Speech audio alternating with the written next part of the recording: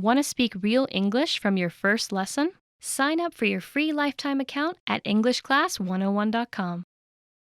Hi everybody and welcome back to Top Words. My name is Alicia and today we're going to talk about 10 phrasal verbs for talking about vehicles. Let's go! The first phrasal verb is pull in. Pull in. So pull in is used usually when you're driving very slowly. We usually use it for a parking lot. So we'll use it in an expression like pull into that space or pull in over there.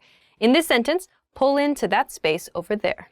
It means usually to slowly move your car into a space, into a parking space or maybe into a garage. You're going into something usually very slowly. So pull in over here, pull in over there, pull into that parking lot, pull into that driveway, for example. So slowly move into another place. We use the phrasal verb pull in for that. The next phrasal verb is pull up. Pull up.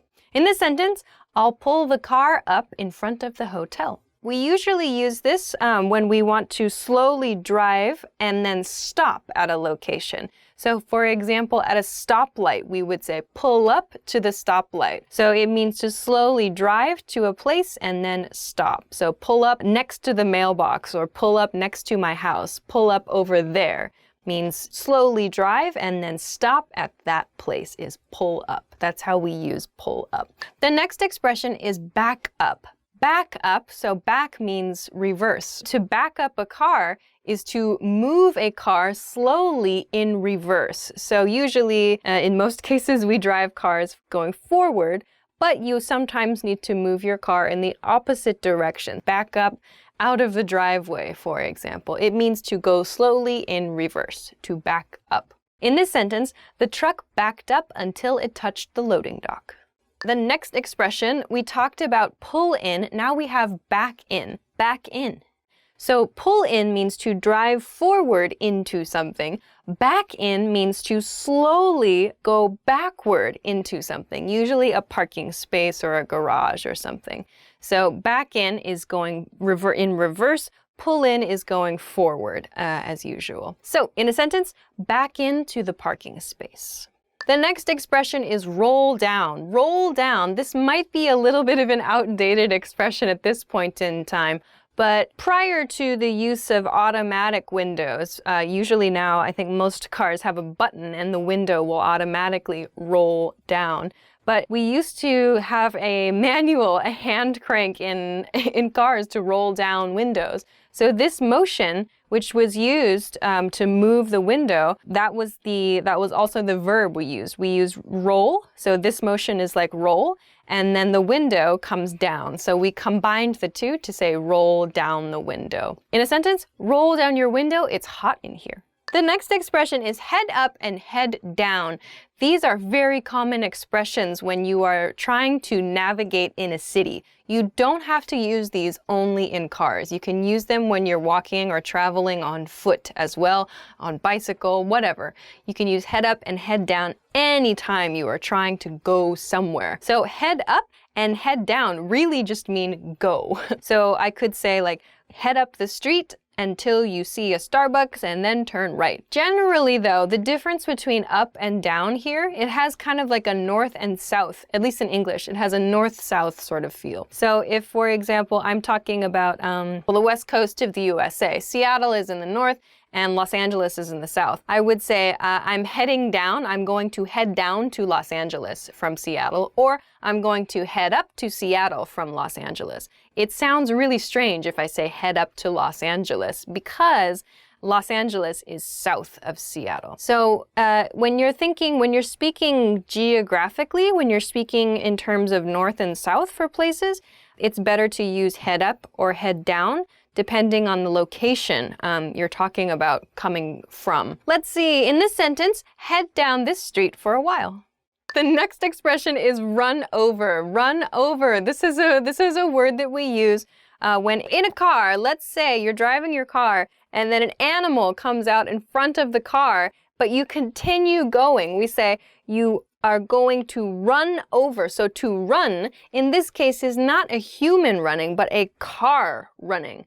So the car is running, is going, is continuing over something else. So we can say like, don't run over any animals, or be careful not to run over your brother. And as an example sentence, I think you ran over a squirrel. True story, my little brother once ran over me in a golf cart. That is true. My brother and I were playing one time, and my grandparents had a golf cart, and my brother and I were outside running around. We were playing like a James Bond, like kind of spy game, like where we're like, okay, I'm gonna drive the golf cart and you have to run alongside and jump in. And I was like, okay, but I tried to jump. I don't know, I got nervous, but it wasn't really going that fast, but like somehow things went wrong and I fell down, or maybe I tripped or something like that when I was running. I fell down and he ran over me in the golf cart, like ran over my leg, just drove right over my leg, and I was like, ah! We got in big trouble. I was fine, yeah, no, I died. The next word is pull over. So pull over means usually you are driving the car and you want to make a stop. So usually we use this like on the side of the road or in a place where you wouldn't usually stop, or in kind of a strange, not necessarily strange, but maybe not a typical place to stop a car. So for example, if there's like a bee in the car and you're like, I need to get this bee out of my car, you can pull over to the side of the road. We usually use it like pull over to the side of the road and, you know, do what you need to do. Or maybe you need to pull over at a rest stop, pull over at a bathroom, essentially. Okay, so in a sentence, pull over at the next rest stop. Yeah, so pull over is also used by the police as well as like a command. It's a temporary situation, so the police are going to stop you. They say pull over to the side of the road, and then you have to move your car to the side of the road where it's safe, and they talk to you, and then you can continue down the road after you've finished speaking to them. Police will use it as a command. The next phrasal verb is pull out, pull out. So for example, when you are coming out of a parking space, for example, you can say like pull out of this parking space and turn left. It means like to exit something slowly. So to pull out of a parking space or to pull out into traffic. So turning from one lane to another, maybe busier lane. The image is going kind of slowly and then picking up the pace somewhere else. So to pull out into is another common expression. Pull out into traffic, or pull out of a space and turn left, or pull out of the driveway, for example. In this example sentence, a super slow truck pulled out in front of us on the mountain road. The next expression is get on. Get on. We use get on usually for large roads, so a highway or a major street. Usually the traffic is moving very quickly. We say get on the highway, get on the 5. So like in the US, lots of highways, major roads are labeled with numbers. So like California, a big state highway is the number 5 highway, the 5. So you could say like get on the 5 at the next exit, or get on the 5 at this street, for example. So to get on means like to join with your car that major road. In a sentence, get on the highway here. Okay, so that's the end. Those are 10 phrasal verbs for talking about vehicles. I hope that those were useful, and some of these phrasal verbs you can use in situations other than cars and automobiles. Thanks very much for watching this episode of Top Words, and we'll see you again soon. Bye! English class. English class. No, did I say it weird again? English. The intros are like, and my outros are the hardest thing. It should be the easiest. Hey everyone, I'm Paris from EnglishClass101.com. In this video, we'll be talking about top 10 school subjects. Let's begin. Art. Art.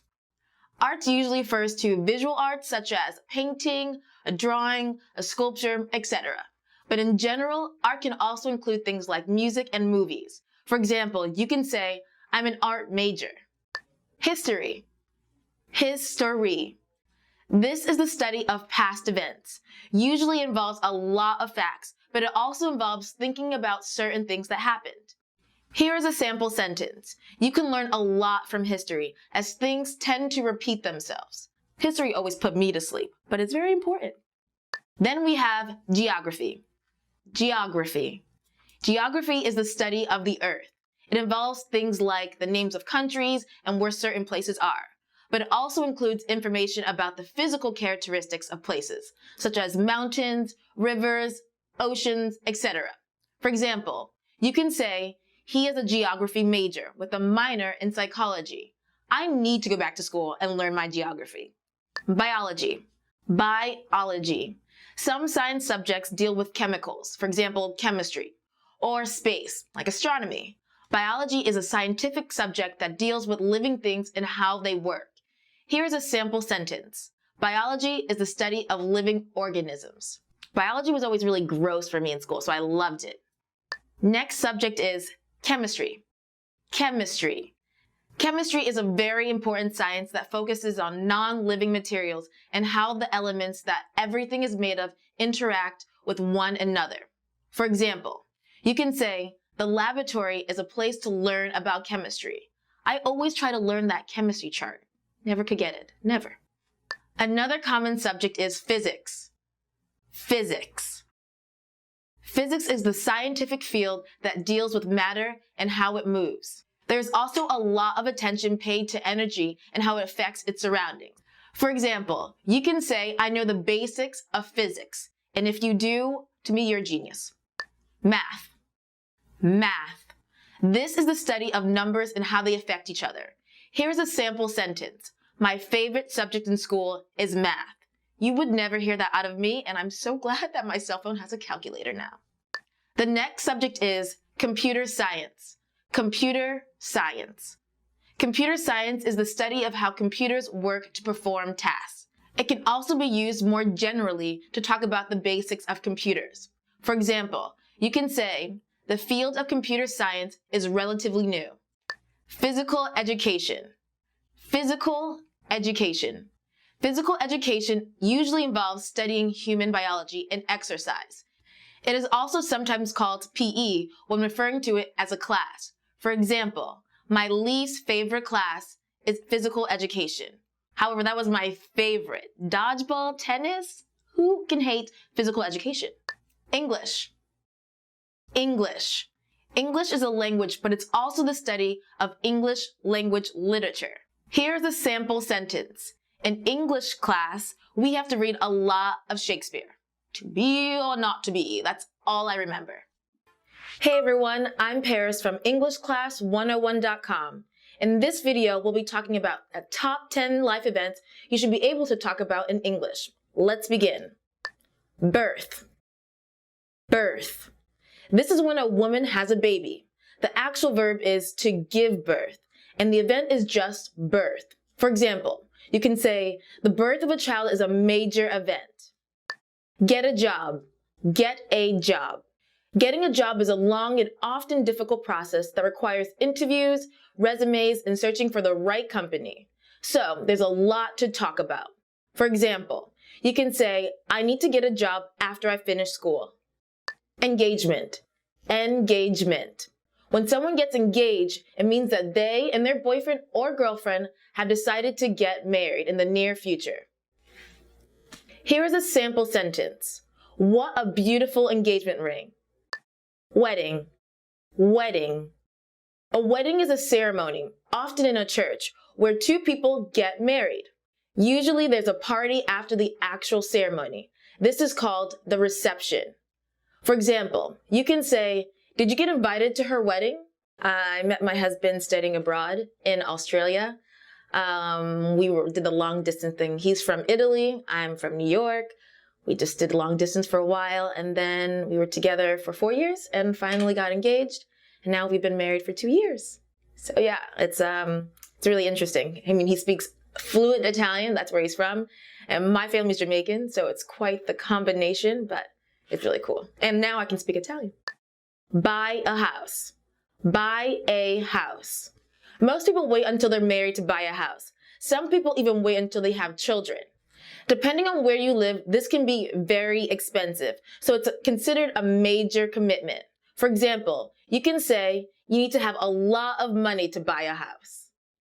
Anniversary. Anniversary. An anniversary is a celebration of an event, usually counted by years, like a 5-year anniversary. For example, your birthday is an anniversary of the day you were born. You can say silver is the traditional gift for the 25th wedding anniversary.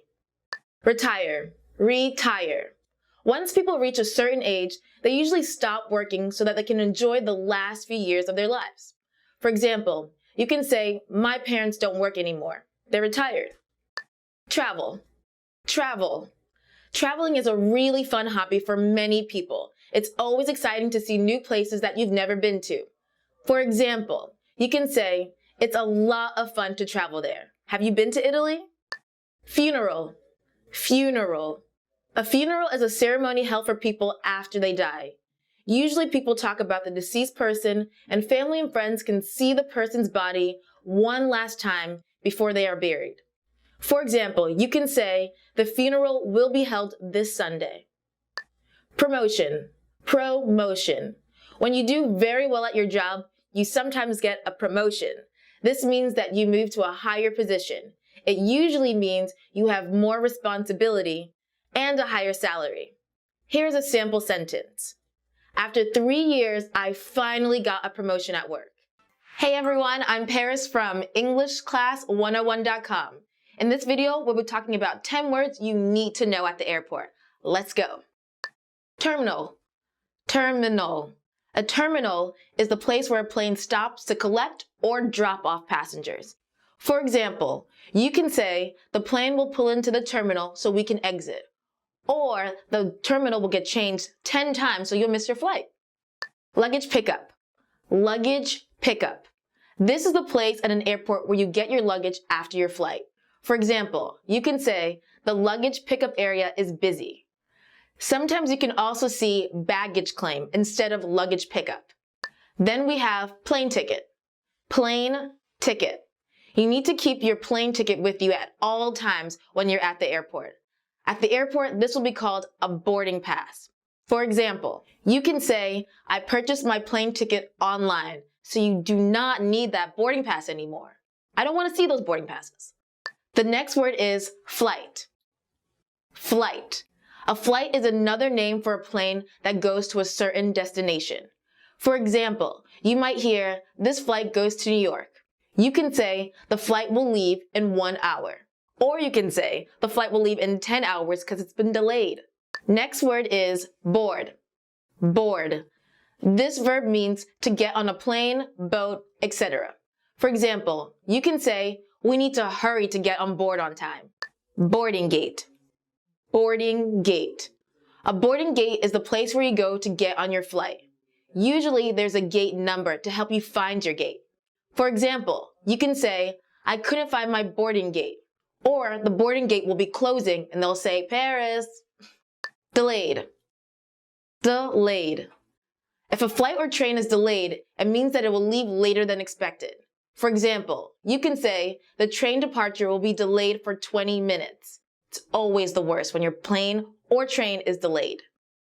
Take off. Take off. When something starts to fly, especially in an airplane, we say that it's taking off. For example, you can say, the plane will take off in 20 minutes. The next word is land.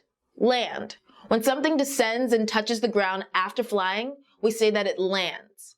For example, you can say, the plane will land at the airport at 10 o'clock.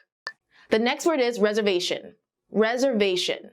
A reservation is used when you made arrangements in advance for something, such as a restaurant, hotel, a tour, etc. For example, you can say, do you have a reservation? In LA, that's all I hear. Okay guys, that's it for this lesson. Which word do you like the most? Leave us a comment letting me know. See you next time guys, bye! Hey guys, I'm Paris from EnglishClass101.com. In this video, we'll be talking about making complaints in English. So let's get started. The first complaint is, I'm starving. I'm starving. This is an exaggeration you can use when you're hungry. I am always starving, even right now. The next complaint is, it's noisy. It's noisy. This kind of complaint is one that you would make to a friend. Telling the staff of a restaurant won't help, since they can't tell people to be quiet. I hate when it's noisy in restaurants. Save that for another time. Then we have, it's hot. It's hot. This can be used to talk about the weather or the temperature of a room. You can add a request like, can you turn on the air conditioner? I am never hot, So I like that. The next complaint is, it's cold. It's cold. This can be used to talk about the weather or the temperature of a room. You can add a request like, can you turn on the heater? I always make this request because it's always too cold everywhere. Everywhere. It's too expensive. It's too expensive. Even if you have enough money to buy something, it may be more money than you want to spend. It would probably be considered rude to say this to someone who works at a store. But I always think, okay, I'm in Gucci, it's way too expensive. Another common complaint is, I'm tired. I'm tired. Use this complaint to imply that you want to sit down, relax, go home, take a break. When I babysit my 5-year-old cousin, I leave thinking, I'm tired. The next complaint is, I gained weight. I gained weight. This is a self-criticism that implies that you want to lose weight. Many people say, I got so fat. I'm always broke. I'm always broke. Use this to complain about never having enough money. I am always broke because I always want more money. The next complaint is, my job is boring. My job is boring. This is a really common complaint used by people who don't think their jobs are very exciting. Usually it means that you want to find a different, more fun job. It's all right, teachers, your job isn't boring.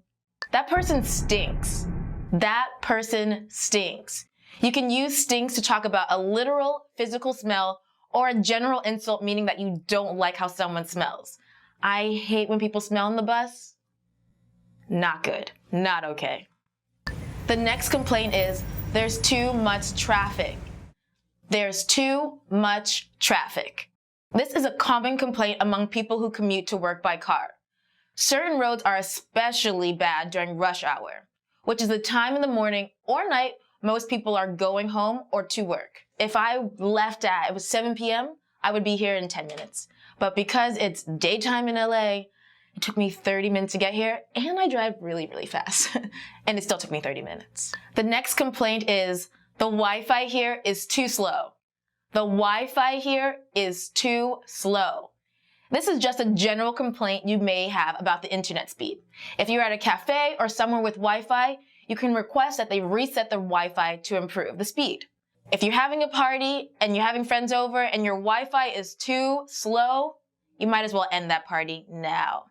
No Wi-Fi, no party. My boss is annoying. My boss is annoying.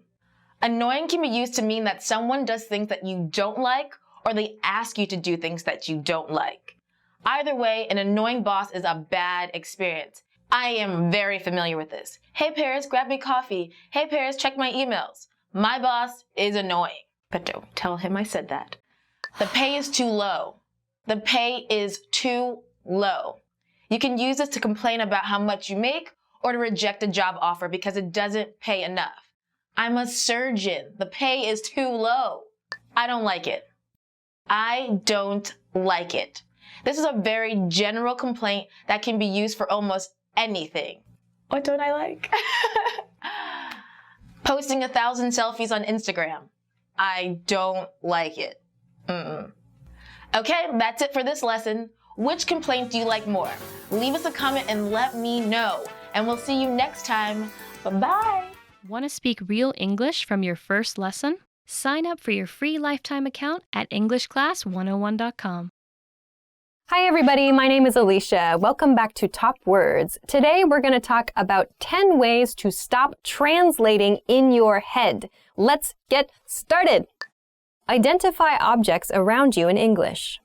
The first way to stop translating in your head is to identify the objects around you in your target language. So if you're studying English, that means you look at the objects around the room. Look at the things in your life.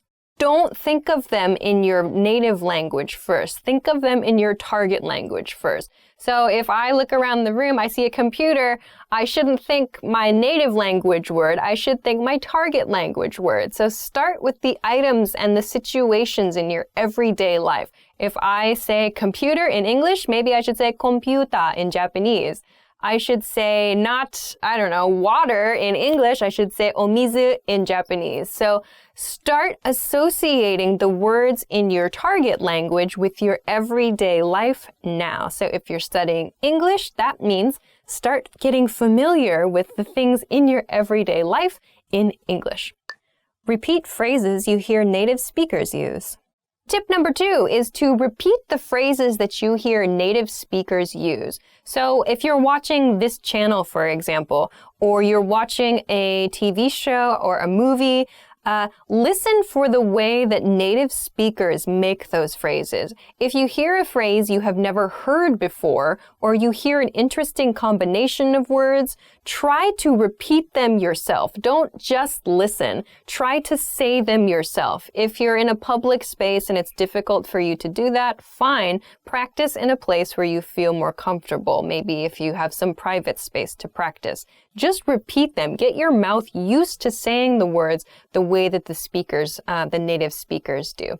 So if you never actually say words, if you're only taking in, if you're only listening and you're not actually producing the language, it's kind of hard to practice and to really hone your pronunciation, to improve your pronunciation. So when you listen to native speakers, try to repeat after them. So for example, if you're studying English, you can try to repeat after this video. You can repeat after the things I'm saying, because maybe I'm using an expression or I'm using a certain series of vocabulary words together the way a native speaker would. And it's maybe a good idea to try to practice the ways that native speakers put their words together. So try to repeat after native speakers, especially when you're looking at media. And you can do this when you're reading books too. You can try to read out loud interesting lines of books that you find or something that maybe is difficult for you. Very nice practice tip. Make a situation where you can't escape into your native language. Make a situation where you can't escape into your native language essentially means immerse yourself. Of course, going to that country or going to a place where you can speak only that language is very difficult for some of you. Totally understand. But if in your life you can create a situation in your library, in your room, in your house, somewhere, for just an hour or, I don't know, maybe a day. I don't know what your schedule is like. But if you can create a situation or create an environment where you have no choice but to use that language and you cannot escape, meaning you cannot go back to using your native language as a crutch. You can't use the native language at all. It forces you to use the language that you're studying. So, of course, if you are lucky enough to live in the country or to live in a place where people speak the language you're studying, great. But you have to go out and interact with people. You have to put yourself in a place where you have no choice but to speak. It's very hard and it's very scary and it's very embarrassing at first. But if you take time to find places and to make environments that are comfortable for you, where you feel comfortable making mistakes and asking questions, it's very valuable for your learning process. This is actually something that I did. I totally did this. My Japanese wasn't very good for a long time, but then I started making friends who could not speak English. Actually, I just did this through finding hobbies. There was a hobby that I had. I joined a group. I joined actually a school where I could learn how to do that hobby. And everything was taught only in Japanese. And the people in my class only spoke Japanese, mostly. And then maybe we would go out for drinks and food late at night or on the weekends, and everybody spoke only Japanese. And if I couldn't communicate even simply in Japanese, I had no hope of keeping that friendship together. So it forced me to study. It forced me to think about the words they were using and to try to learn those words, those patterns, as well as how to produce them naturally myself. So I was learning the vocabulary words the people around me were using and learning how to apply them on my own. That was only possible because I had no escape in those situations. So try to do that, even if you can do it yourself in your house. It's super helpful, I think. Watch TV and movies in your target language without subtitles. Tip number 4 is to watch TV and movies in your target language without subtitles. So I think that watching with subtitles can be very beneficial. So if I'm watching something, or if you want to watch something with subtitles on, great. But I sometimes find that in my case, I think too much about reading the subtitles and I forget to listen. So maybe if you've seen a movie in your target language a few times with the subtitles on, try turning the subtitles off and think about the character's body language, the words they're using. You can always look that up later. Look up the words you don't know in a dictionary, but try to do it where you're focusing completely on the way that people are using their words. Try not to use the subtitles. So kind of play around with it a little bit. If there's a word that's difficult for you to hear, you can actually turn on the subtitles in the native language of the movie as well. That's something that I've done. If I wanted to study Japanese, it's very useful when the actual words spoken in Japanese appear on the screen. Sometimes it's easier for me to catch a word if I see it visually and I hear it at the same time. So another way to kind of explore how you can use TV and movies is to actually turn on the closed captions, like the words on the screen in the native language of the movie. So this is sort of 2 points in one. So 1, watch movies without subtitles, meaning subtitles in your native language. And hint 2 is to watch movies with closed captioning on, but the closed captioning is in your target language, not in your native language. So you can try those 2 things with TV and with movies. Don't bring a dictionary to your lesson.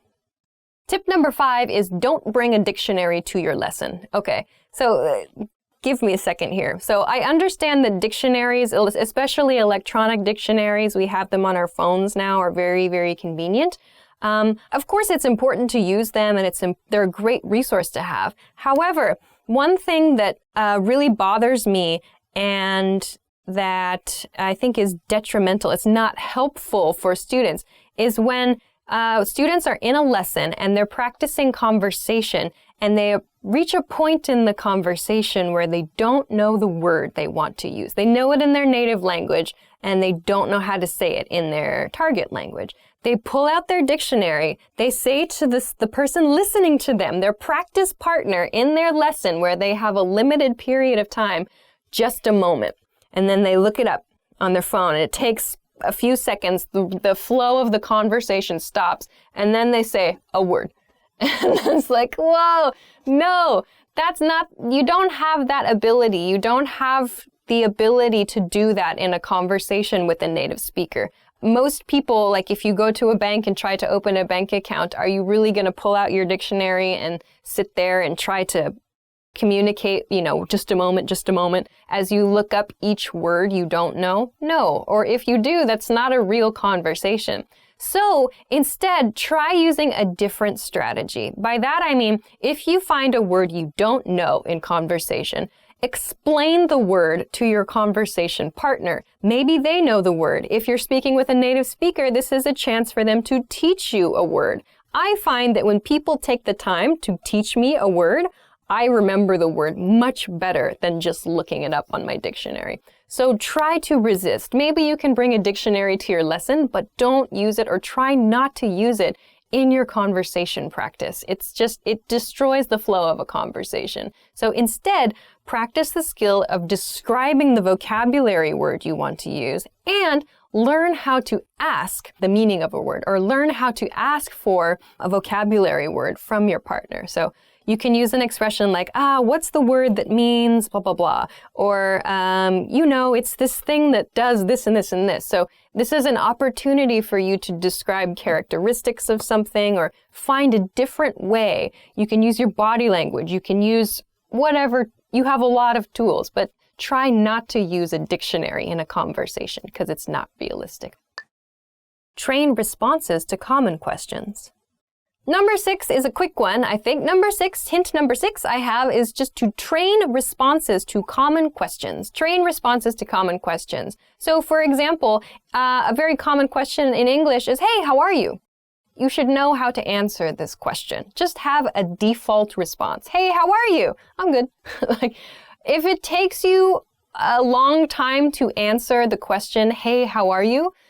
you need to practice. I think that's a pretty good indicator. So, for example, sometimes I ask students a question like that they haven't quite gotten the idea of how to respond just yet. They're not so quick at responding. I say, "Hey, how are you?" And they say, "Yes." And then they think and they go, I'm good. And it's like, that's a very common question. So think about just a default response that you can spit out, that you can quickly say. If it's, how was your weekend? Or, hey, what's up? Or what do you want to do for dinner tonight? Think about like just a handful, meaning just a few responses to those questions and train them quickly. Just, how are you? I'm good. How are you? I'm okay. How are you? Not bad. There's 3. So it's just training responses to those questions. There's no reason to be surprised by a question like, how are you? Like, that's a very common question. So for those common questions, train responses to that. We've got a bunch of videos, especially beginner level videos, for some example responses you can do. So don't get stuck with these little questions. Just train a few responses, practice a few responses till they feel natural to you. It'll save you time and it'll help the person asking the question too to move forward in the conversation. Yay! Study with materials that don't provide a translation. The next tip is to study with materials that don't provide a translation. So by this I mean, if you're using worksheets or some kind of textbook or whatever, and it has your target language, the language you're studying, and it has your native language next to it. While this can be useful, I feel that if you can, studying your materials only in your target language and then simplified explanations for more detailed points, also in your target language, can be a little bit better. So I don't want to say like you should only study things in your target language and nothing from your native language, because of course like it can be helpful sometimes to look up a word or to understand a grammar point in your native language. But where possible, if you can find something that provides simplified explanations in your target language, it can be really, really helpful because again, you're learning to think on like a simpler, on a more basic level about the language you're studying in the language that you're studying. So this can be really, really good. So finding some materials to use where there's no translation. Maybe you can practice, of course, with books and with written materials, but also with like video materials as well. So there are a variety of different ways that you can find materials in your target language, like in video and TV. So some things to think about there are the level of vocabulary words people are using in the media content you're watching, who the media content is intended for, children, young adults, the speed at which the speaker is talking. So like I have the ability to change the level of difficulty of videos based on the rate of speech, the vocabulary words that I use, and how many like idioms and things I use. So I could make a video very difficult. We could make a very difficult video series by leveling up our vocabulary use or by speaking very quickly. Or, as you might see in like our English in 3-minute series, we can also use very simple vocabulary and speak at a low rate of speech. So maybe right now this is a very intermediate level video. So please think about that. So not just for written materials, but also for your audio and visual materials. Think about who your audience is, the level of the material, and so on. It can be really fun. And it can be helpful to think about your target language in your target language. All right, we're almost done. Study phrases in addition to single vocabulary.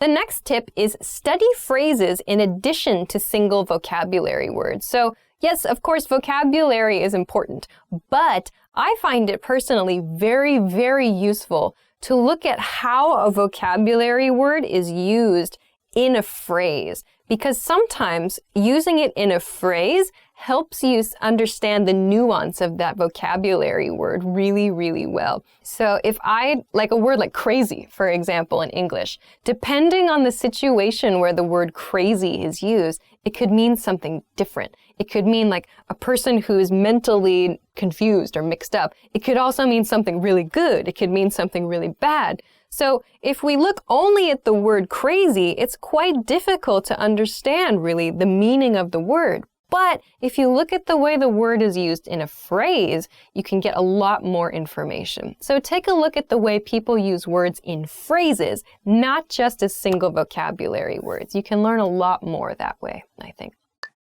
Do your daily activities in English where possible. The next tip is to do your daily activities in your target language. So if you're studying English, that means try to do some daily activities in English if possible. So this can be very, very boring stuff, but just think about it when you're doing the activity. So like right now, I'm filming a video for EnglishClass101.com, or I'm going to work, I'm cooking breakfast, I'm doing the laundry. What do I have to do tomorrow? So try thinking about your everyday life in English if you're studying English.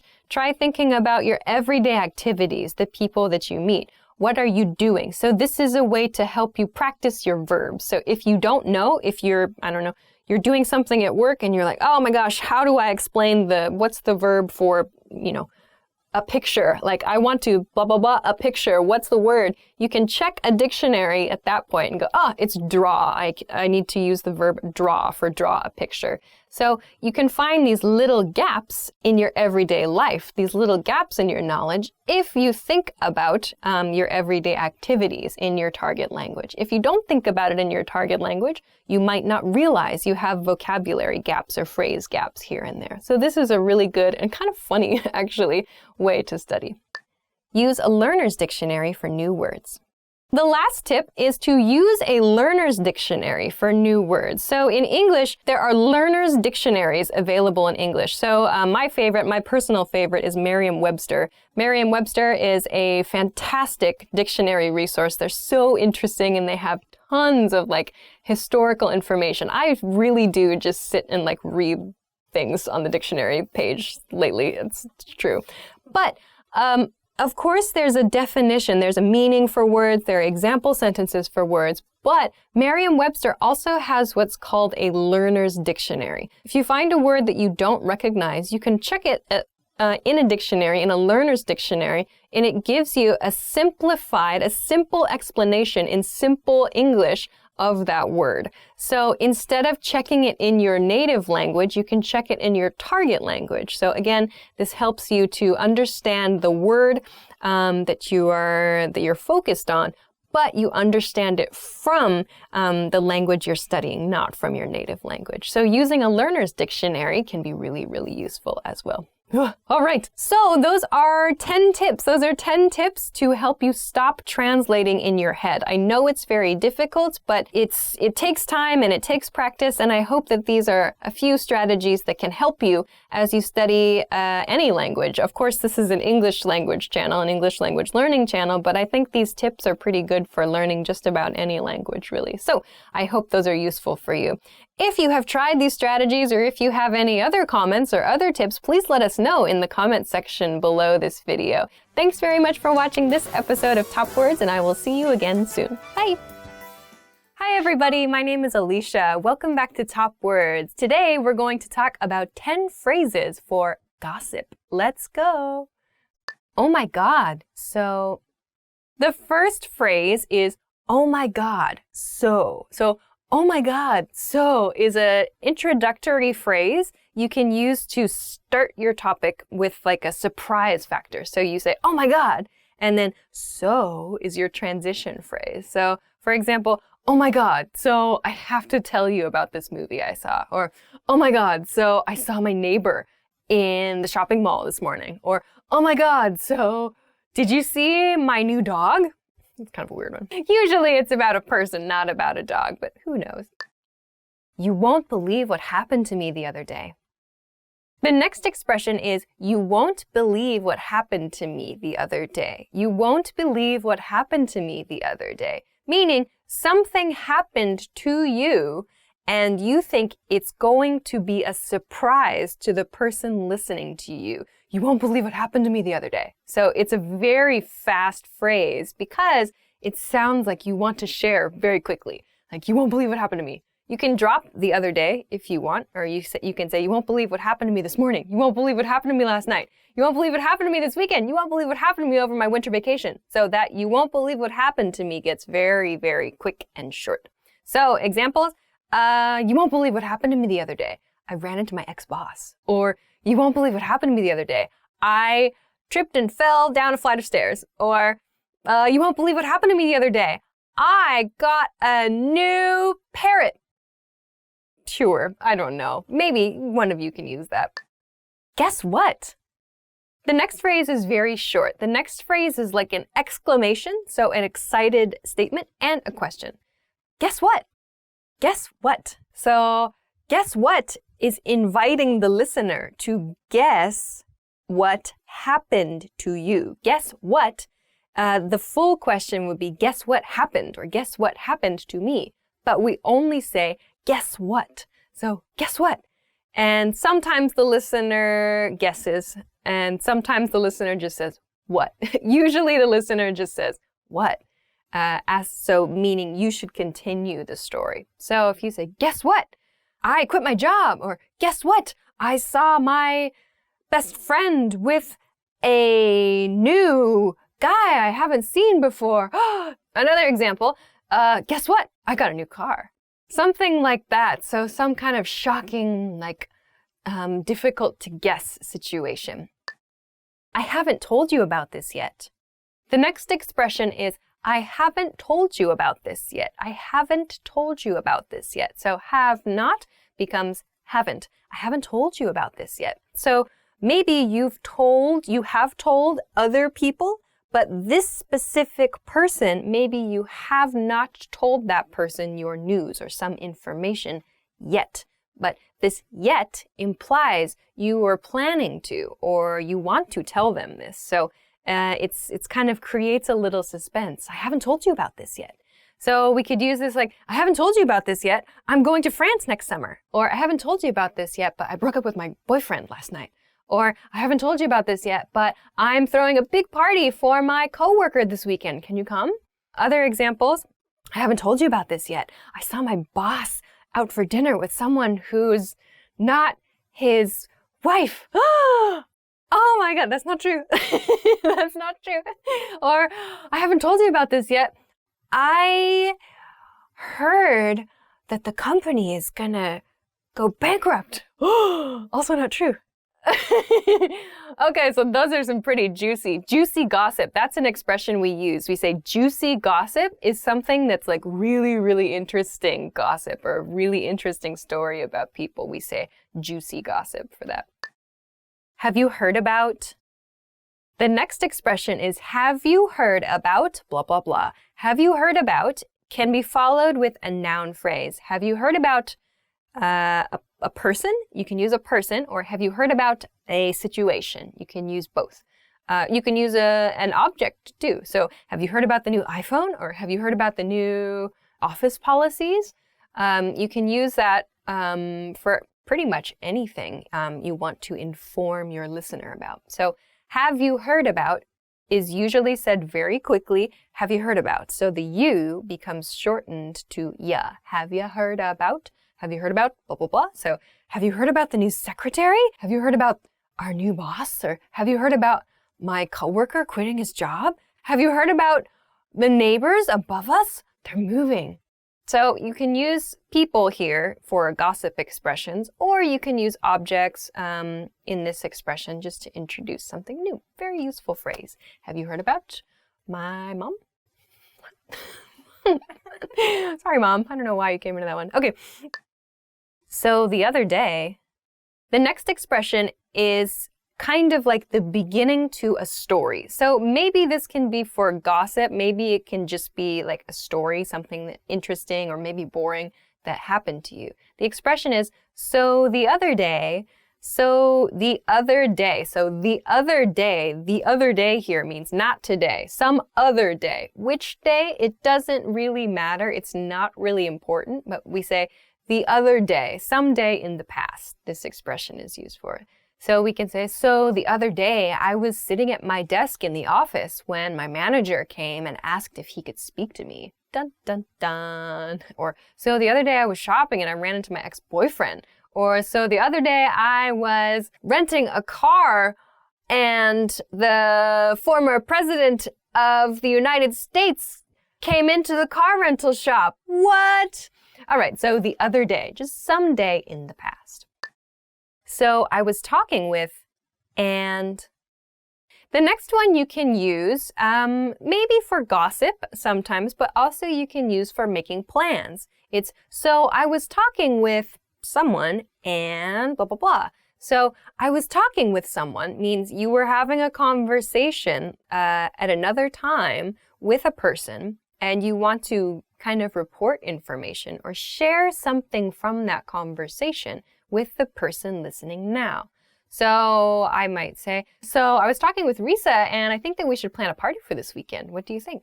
So I was talking with my team about this and I think that we should make some changes. So that's a very kind of everyday work situation use of this phrase. But you can also use it for gossip, like, so I was talking to my best friend and I think I'm gonna move. Or I was talking to my parents and I think it's best if we break up. Oh, so it can be for plans, it can be for gossip, it can be for just any conversation plus a report. What's up with? The next expression is kind of a little like mysterious. Then the expression is, what's up with blah, blah, blah. Usually, what's up with person for gossip, meaning there's like the nuance here is there's some problem or it seems like something's wrong with this person. They're unhappy, they're sad, they're angry, some kind of negative emotion. We use this. So it's like, what's up with Stevens? I haven't heard from him lately.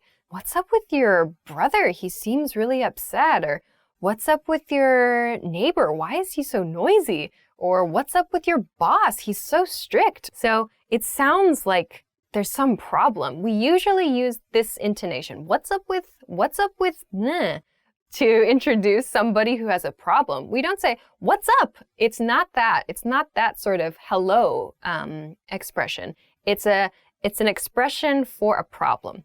You can also use a noun phrase that is not a person here, like, what's up with this new office policy? Or what's up with this new rule at work? Or what's up with this new item on the menu at this restaurant? It's super weird. So what's up with blah, blah, blah has sort of a negative nuance. You can use it for people to talk about strange behavior. What's up with you?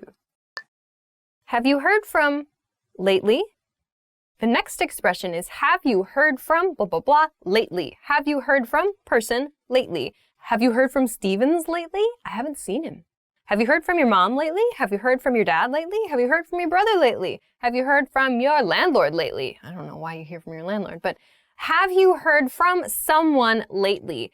There is sort of a little bit of an expectation that you are in contact with the person involved in this sentence. Like you have some relationship. Maybe it's a family relationship, romantic relationship, professional relationship. There's some relationship with this person. And lately is like, have you heard from them recently, lately, in the last few days, in the last few weeks? So you can use this if, for example, you are looking for someone or you're worried about someone. You can use this here. You can also use it just to check in about some other person without asking that person directly. So like if I want to ask about, I'm using Risa in my example. Risa is our Japanese channel host.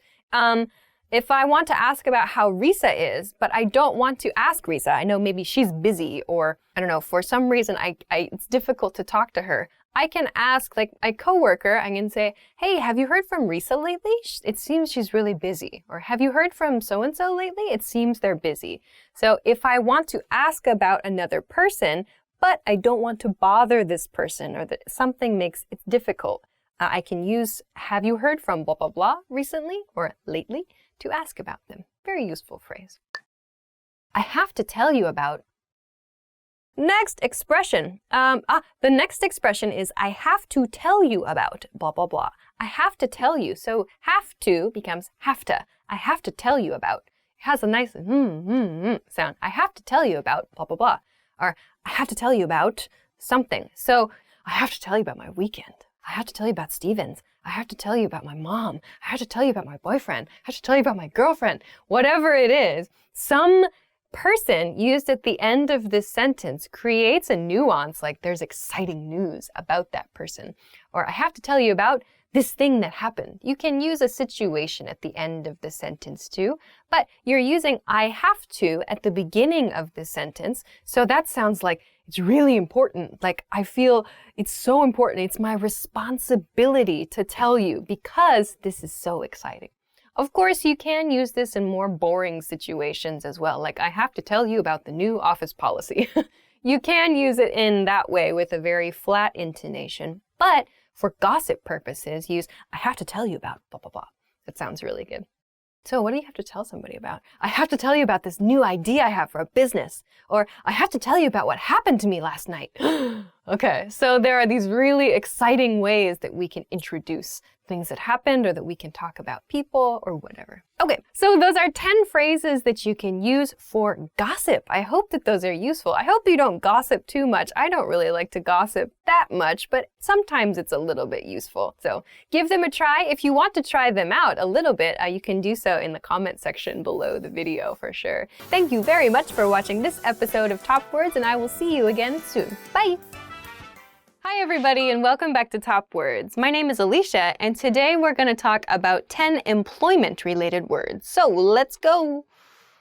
To apply for a job. The first expression is to apply for a job. When you apply for a job, you do a job application form where you have to write your personal information, and then you often have to submit some other materials, your CV or your resume, and then maybe a photograph too, something like that. So to apply for a job is to essentially notify the owner or the manager at the company that you are interested in, that you would like to work there. That is to apply for a job. So in a sentence, I applied for a job at Apple. To interview for, to have an interview. The next expression is to interview for something or to have an interview. So after you apply for a job, if you pass the application stage, you may be asked to have an interview. So to have an interview is the stage where you meet your prospective, maybe meet your potential future employer or manager or coworkers, and you have a discussion. They interview you, they talk to you about your skills, your goals, who you are as a person. An interview, to have an interview, or we can say to interview for a position. So for example, I'm going to interview for a sales position. I'm going to interview for a teacher position. I'm going to interview for a cake baking position.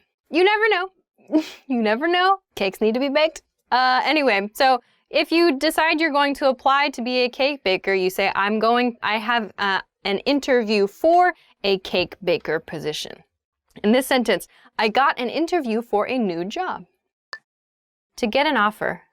The next expression is to get an offer, to get an offer. So after the application and perhaps after the interview, if the employer or manager or whoever, they like you, the next phase is usually an offer, a job offer. So we would say, I got an offer for a job. I got an offer from Apple. I got an offer for a management position. So we can use offer for a job to be very general, an offer for a specific position. I got an offer for a donut taste tester position. Or we can say I got a job offer from a company. I got a job offer from Kleenex. Okay, there are 3 different ways that we can use this expression. Another sentence, I got a really great job offer. To accept an offer. The next expression is to accept an offer. So when the offer comes, you can choose to accept or decline the offer. Accept means yes, decline means no. So to accept an offer means to say yes, to agree to work for that position, to agree to work in that position, to agree to work for the company, to agree to do that job which you applied for, to accept an offer. In this sentence, are you going to accept the offer from that company? To start working. The next expression is to start working. So to start working at a new job, we can use this to talk about the job, your responsibilities specifically, or the company. So I'm going to start working at Apple next week, or I'm going to start working at my new job next week, or I'm going to start working as a sales management professional next week, for example. So to start working is an expression that's used for a new job. Sometimes people will say like about their regular schedules, like I start working every day at 8 o'clock. It's okay, you can use that as well. I would say I start work every day at 8 o'clock. I start my job every day at 8 o'clock. But when you join a new company, you can also say I start working for my new company on Monday, for example. To get a promotion. The next expression is to get a promotion. To get a promotion. A promotion means essentially like to level up at work, to go to the next level in terms of money, in terms of responsibility, in terms of prestige. Prestige means like kind of like the respect or the respect of a position. So to get a promotion is usually seen as a positive thing. So if you do a good job in your position, you may get a promotion. In this sentence, do you think you'll get a promotion next year? To get a raise. The next expression is to get a raise. To get a raise is specifically an increase in your pay. An increase in your pay, which may or may not be accompanied by, be together with a promotion. So maybe you get a promotion and a raise at the same time. That could be. Or maybe you have the same job description, but you get a raise. So it's like a type of promotion, really. Getting a raise is like a type of promotion, sort of like a monetary promotion, I guess. Now that I think about it, though, promotion feels really kind of more about the job title, the job or responsibility level. And then that may or may not have a raise attached to it. So to get a raise means to get more money, to have a higher salary, higher hourly wage, to get a raise. I have heard some people say get a rise in pay as well, but that might be more common in British English. Americans say get a raise. In a sentence, I hope I get a raise this year. To demote. The next expression is to demote. Demote. So I talked about the word to promote or to get a promotion, meaning to go up a level, to increase your responsibilities at your job. But if you have bad performance or if there is a problem at your job or something goes awry, something goes bad, there's an issue or you have to take responsibility for a company problem, whatever, you have to go down a level, we say that that's being demoted. That would be to demote someone. So we have promote, to go up, and demote, meaning to go down. Promote, demote, promote, demote. In a sentence, I heard the manager in the next department was demoted. To quit. The next expression is to quit, to quit. So to quit, be careful of your pronunciation. I hear sometimes my students say to quite my job. That's a funny one. To quite. It is not to quite. It is to quit, to quit. There's that tall I sound, quit. Sounds like bit or kit or mit or it. So to quit a job means to stop working somewhere, to finish your maybe not finish your responsibilities. It means to stop working a specific position. It means to stop working at a specific company. Of course, you can say to quit a job. You can also quit other things in your life. For example, like to quit a task on a computer or to quit dating someone. People could say that. To quit staying up late at night. I mean, you can use that for any number of actions, any action that you want to stop doing, we can use to quit. But when you want to stop working at a company, the vocabulary word we use is to quit. In this sentence, I think I need to quit my job. To be fired. Oh, the next expression is to be fired, to be fired. So the previous word, to quit, is your own choice. You choose to quit a job, to quit something. However, if there's a big problem that is your responsibility, or maybe there's some circumstance, something happens, I don't know what, but it is not your choice to leave your job, but your employer's choice or your manager's choice. They decide you cannot continue working here. This is the expression, to be fired. Like, I got fired from my job. I was fired from my job. To be fired means to lose your job. To be forced to quit your job is to be fired. In this sentence, one of my colleagues was fired last week. So that's the end. Those are 10 employment-related words. I hope that those are helpful for you in applying for jobs and maybe even applying for universities to some degree. I don't know. Thanks very much for watching this episode of Top Words, and we will see you again soon. Bye! Going to work. We're at work. Employment-related words. We're working. This is what I do all day when I work. Pretty much. Okay, stop that. Let's talk seriously about serious things. There's not really like a promotion. There's no promotion in this job. It's not like I'm gonna be like, I mean, maybe a raise, but mega host. Did I already read that? I don't know. I forgot if I said the example sentence. I had a very strong coffee at lunch. Promote, demote. What am I doing? I was gonna try and do something with that, but nothing's coming out, so we're gonna stop that right now. Welcome to UsherTalk101.com, where we talk about Usher lyrics and analyze them far too much. yeah. Yeah. That's an old song, isn't it? Yeah, but I like it. Yeah. Hi everybody, and welcome back to Top Words. My name is Alicia, and today we're going to talk about 10 crime-related words. So let's begin. Suspect. The first word is suspect. Suspect as a noun. Please be careful, not the verb form to suspect, though we can use that. Suspect and suspect have slightly different pronunciations. As a noun, suspect means a person who may or may not have committed a crime, may or may not have done something bad. To suspect someone means to be suspicious, to think they may or may not have done something. So please be careful, depending on the grammar. Suspect and suspect have different pronunciations, despite the same spelling. So, suspect. In a sentence, the suspect was seen running away from the scene. Criminal.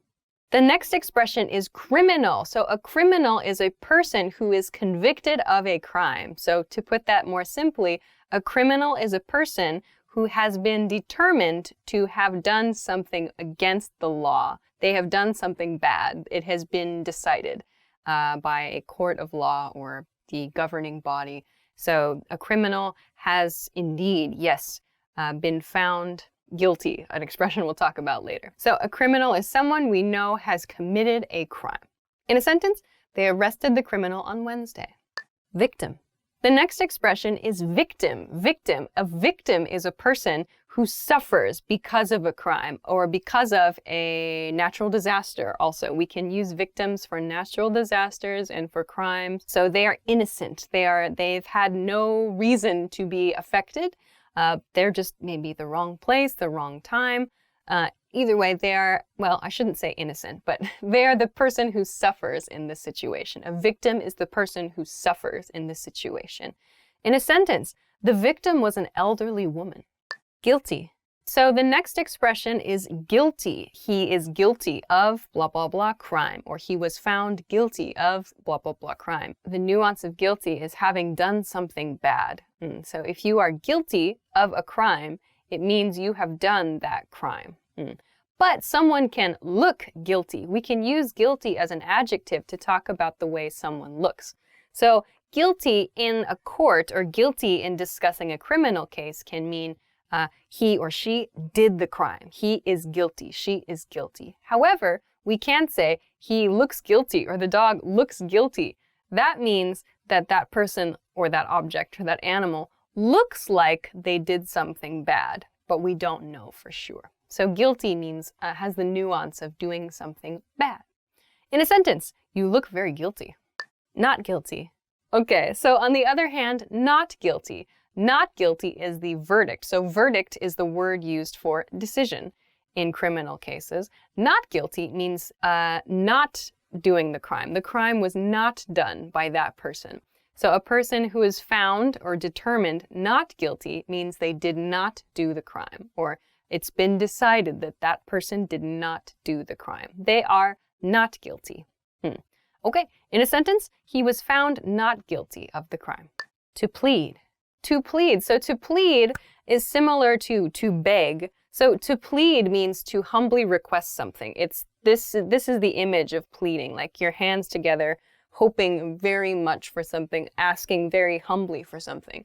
But this is the verb that we use in court cases, in criminal cases. So we'll say, I want to plead not guilty for the crime of blah, blah, blah. So to plead means to request consideration for something. So I want to plead not guilty means I want to request you, the court, the judge, whoever, my community, you find me, you consider me not guilty. I did not do the crime. So, but we use, instead of that very long expression, we say, I plead not guilty. This is a much easier way to express that situation. Of course, you can plead guilty to a crime too, in some cases. So he pled, this is past tense, to plead changes to pled.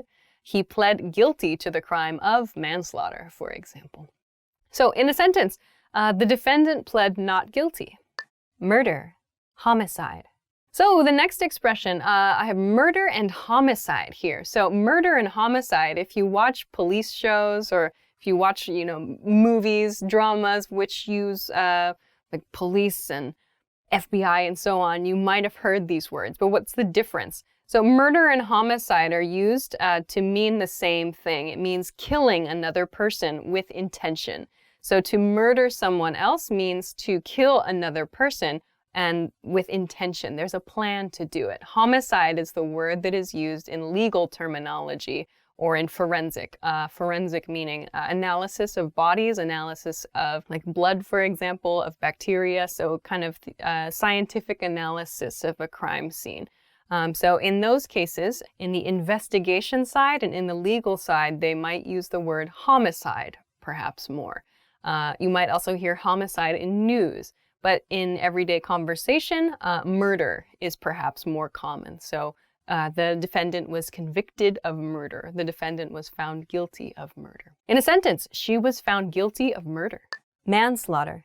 All right, so another expression, manslaughter. This is an interesting word. So manslaughter, you can see the word slaughter is there. So slaughter refers to killing something. We use slaughter in many cases to refer to slaughterhouses where cattle are killed, like pigs and cows, for example. So it has the image of like brutally killing. However, manslaughter refers to an accidental killing. So for example, driving in a car and just through some strange accident, maybe a person is hit by the car and they die. But there was no intention on the part of the driver. There was no plan there. It was an accident, a terrible, terrible accident. In those cases, the word manslaughter is applied, meaning an accidental death. So in a sentence, this is a case of manslaughter. Jury. The next expression is jury. Jury. You may or may not have a jury system in your country. In the US jury system, there's a jury of your peers. So peers are people in your community, people in theory who are similar to you in some way. So a jury is a group of people who makes a decision about a court case. You often have to give a presentation to a jury. So yeah, you might see these juries, that is, in movies and in TV shows about crime as well. In a sentence, the jury was divided on the case, meaning the jury did not know how to vote. Yes or no? Guilty? Not guilty. Judge. The next expression is judge. Judge. So again, your country may or may not have something similar, but a judge is kind of, if you've watched like US crime shows or whatever, you might have seen these people. They're men and women who wear like these big black robes usually, and they sit high in courtrooms above the other people usually. We also have in the US the Supreme Court. The Supreme Court is our, well, supreme meaning most high, the best, the highest level. The Supreme Court, where we have what we call justices, but those are essentially like they are judges, really. They're the highest level of judge in the US. So they have a special word, justice, but they are judges. So they make decisions based on the law, based on the legal rules of the country or or of the city or of the location where you are. A judge does that. So in a sentence, the judge had a tough decision to make. Meow. Oh, that's the end. All right. So those are 10 crime-related words. I hope that those are useful for you. Keep an eye out for these, or keep an ear out for these, rather. You might hear them in TV shows and movies, in the news as well. And thanks very much for watching this episode of Top Words. We'll see you again soon. Bye. This one's gonna be fun. Beep, beep. I don't know. I haven't driven a vehicle in like 9 years. Okay, begin. Hi everybody and welcome back to Top Words. My name is Alicia and today we're going to talk about 10 phrases to use when driving. So let's go! Steering wheel. The first expression is steering wheel. Steering wheel is that thing, that circular object in the car you use to move the vehicle. It's called the steering wheel. Steering wheel. So in a sentence, keep both hands on the steering wheel. Next. Blinker, turn signal. The next expression is blinker or turn signal. We have 2 words for this, blinker or turn signal. This is the part of the car, the light, that blinks. So this sort of on, off, we say it blinks. That's the verb that we use to describe that on, off action. Or turn signal is another way to explain this one. But we use this to signal when we are turning to the right or turning to the left. So in a sentence, make sure to use your turn signals. Windshield wiper. The next expression is windshield wiper. Windshield wiper. Your windshield is that thing, the piece of glass at the front of the car that keeps the car separate from the world outside it. Like, that is your windshield, literally windshield. It shields you, the driver, and your passengers from the wind, the windshield. So a windshield wiper is those rubbery things. They wipe the windshield, like rain or other objects that might fall. Okay, in a sentence, I accidentally turned on the windshield wipers. Fast lane. The next expression is fast lane, and there's also a slow lane. But fast lane is a specific lane, a specific part of the road for cars that want to drive quickly. So if you'd like to go fast, you should go in the fast lane. If you do not want to go fast, you should go in the slow lane, or maybe just the regular lane. So there's a fast lane and a slow lane on some roads and some highways. In a sentence, keep a quick pace in the fast lane. To hit the gas. To hit the gas means the accelerator. So to hit the accelerator. To hit has the nuance of suddenly or quickly doing something. So to hit the gas means to quickly increase speed. So in a sentence, hit the gas, you're going too slow. To hit the brakes. Then the other side of this expression is to hit the brakes. So the brakes are the parts of the car that slow the car down. To hit the brakes means to suddenly step on the brakes, to suddenly try to slow the car down, or maybe stop the car quickly, is to hit the brakes. You can also say to slam on the brakes, which is even stronger than hit the brakes. So in a sentence, don't hit the brakes so hard. To break the speed limit. The next expression is to break the speed limit. So to break the speed limit means you break the law. Actually, break does not refer to destroying something or damaging something. Break instead is the verb that we use to mean we have violated a law. We have done something bad according to the rules in our country or our city or something. So to break the speed limit or to break the law means we are going faster than the allowed speed limit. If the speed limit is 20 miles an hour or 20 kilometers an hour and our car is traveling at 50 kilometers an hour or 50 miles an hour, whatever your country uses, this is breaking the speed limit. To break the speed limit, it is too fast. So in a sentence, I broke the speed limit and I got a ticket. To pass. The next expression is to pass, to pass. So this is used in a situation where there is one car moving slower than another car. So car A is moving along at a slow pace. Car B decides that it wants to go faster than car A. So to pass means to move to the side of the slower car pass the car and then move back in front and continue on. So sometimes there is a specific passing lane to do this. Other times there are specific marks on the road that indicate or that show that it's okay to pass. So in the US, it's a dotted line, which means you can pass in this part of the road. It's safe to pass. So to pass means to move beyond another car going more slowly than you. Be careful to pass other cars safely. To be in an accident.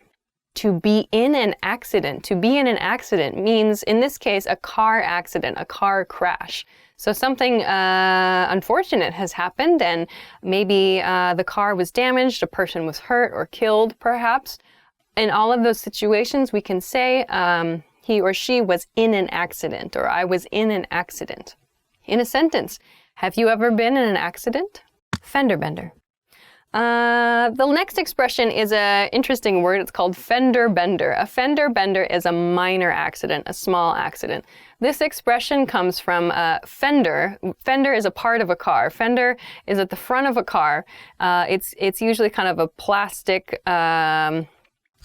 sort of barrier or a plastic part right at the front of the car, above the wheels, but below the hood of the car.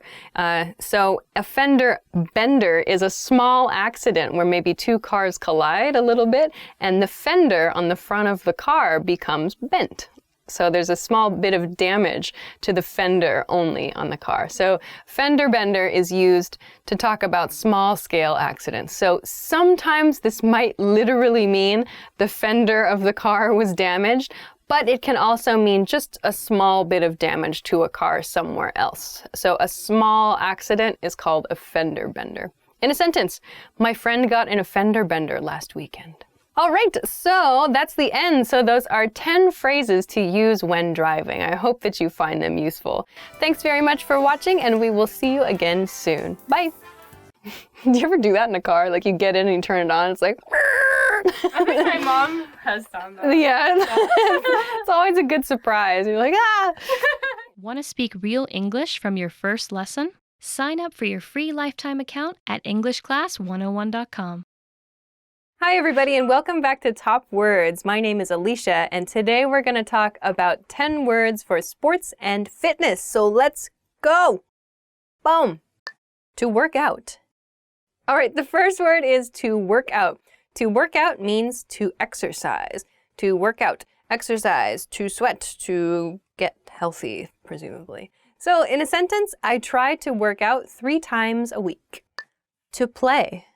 The next expression is to play plus sport. So to play plus the sport that is used with the verb to play is usually a ball sport, a sport which uses a ball, like basketball, football, soccer, baseball, golf. So I play golf, I play soccer, I play basketball, I play volleyball, I play badminton. It uses a ball or a ball-like object.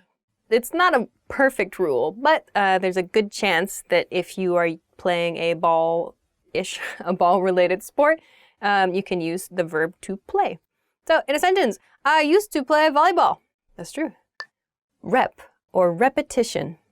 Okay, so the next word is rep or repetition. Rep is the short form of repetition. So rep means a repeat in your workout, in your exercise or your training routine. Training regimen. Regimen means routine. Rep means like the number of times you repeat something. For example, you do 10 reps in each set. So for workout vocabulary, a set is like a group of exercises. So for example, I'm gonna do 10 push-ups and 10 sit-ups and then 10, I don't know, weightlifting, something. So those 3 things together, that's one set. And inside each of those is 10, 10, and 10 of 3 different exercises. Those are 10 reps in one set. So reps means repetitions. In a sentence, do 10 reps in each set. Personal record. The next expression is personal record. Personal record or PR. Personal record means your best something. Your best 5K time, your best 200-meter race, the most weight you were able to lift, the longest distance you were able to run, So a personal record is your best at something. Best time, best like heaviest weight, whatever. Something that's best for you. In a sentence, I set a new personal record last week. Not true. To break a sweat. To work up a sweat. The next expression is to break a sweat. To break a sweat means to start sweating. It doesn't mean to break anything. It just means you break into, like if you know like health care related words like break out, which means your skin has a reaction to something. You break out into a rash or you break out into hives. Maybe we'll talk about that in a different video. But to break out into sweat, it's like something begins suddenly in your body that wasn't there before. So to break a sweat or to work up a sweat. So the image of work up a sweat is over time, gradually you begin to sweat. And to break a sweat is like to start sweating. I really worked up a sweat this afternoon. That is now true. Okay. To stretch. The next expression is to stretch. To stretch. So usually people, well, it's said that you should stretch before and or after a workout. Well, and before and after a workout. To stretch is to, it means to stretch the muscles and tendons in your body. So like a simple stretch that I can do on camera would be like to stretch this part right here, like the muscles in here. You can kind of pull your hand back to get a light stretch. But to stretch is all like stretching everything you are going to use in your workout during your exercise. So before you begin, you should stretch your body. You should do some stretches, to use a noun form. In a sentence, it's important to stretch before you work out. To warm up. The next word is to warm up. To warm up means to get ready for a workout. So it's like your workout is kind of composed of 3 parts, which I'm going to talk about. I'm going to talk about part number 1 and 2 now. There's the warm up, which is getting ready, like a light exercise. And then there's the main part of your workout. And then the next word we'll talk about is the 3rd part. But the warm up is usually like stretch, or maybe you just start to break a sweat. So the warm up is kind of the light introduction to your workout. In a sentence, I always warm up before I begin a workout. To cool down. The next expression is to cool down. To cool down. So the other part of your workout we have not talked about. So we warm up, we work out, and we cool down at the end of the workout. So to cool down is kind of the relaxing part, the conclusion to your workout. Usually they say don't just finish your workout, but have a cool down session. So for example, if you go running, after you finish the main part of your run, maybe take a short walk to cool down and maybe stretch. In a sentence, take some time to cool down after a workout. To lift weights or to do weight training. The next expression is to lift weights or to do weight training. So lifting weights, you can probably see them, weights in any gym, anywhere you go to, I imagine. There's those big, heavy things that people lift up or like push up, whatever. There are many different things you can do to do weight training. So lifting weights, of course, has maybe this sort of image of lifting something, but there are other ways to do weight training, like pulling things or, I don't know, holding things in place. I don't even know. I don't do much weight training, as you can imagine. So you can say lift weights or do weight training is maybe a little more general. So in a sentence, have you ever tried lifting weights?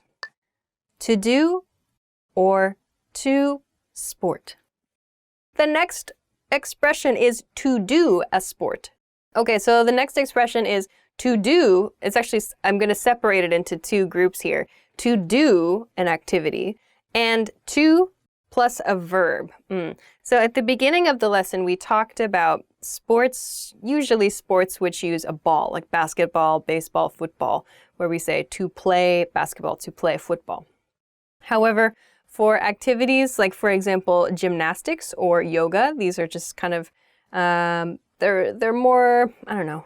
Yes, there's perhaps sports or competitive, but they don't really use a ball, and they're kind of, some people might consider them more like activities, depending on the person, depending on the place that you're in. But Regardless, we don't use play with these. We just use do. So I like doing yoga. I want to do gymnastics. Those are a couple sort of special cases where we use do.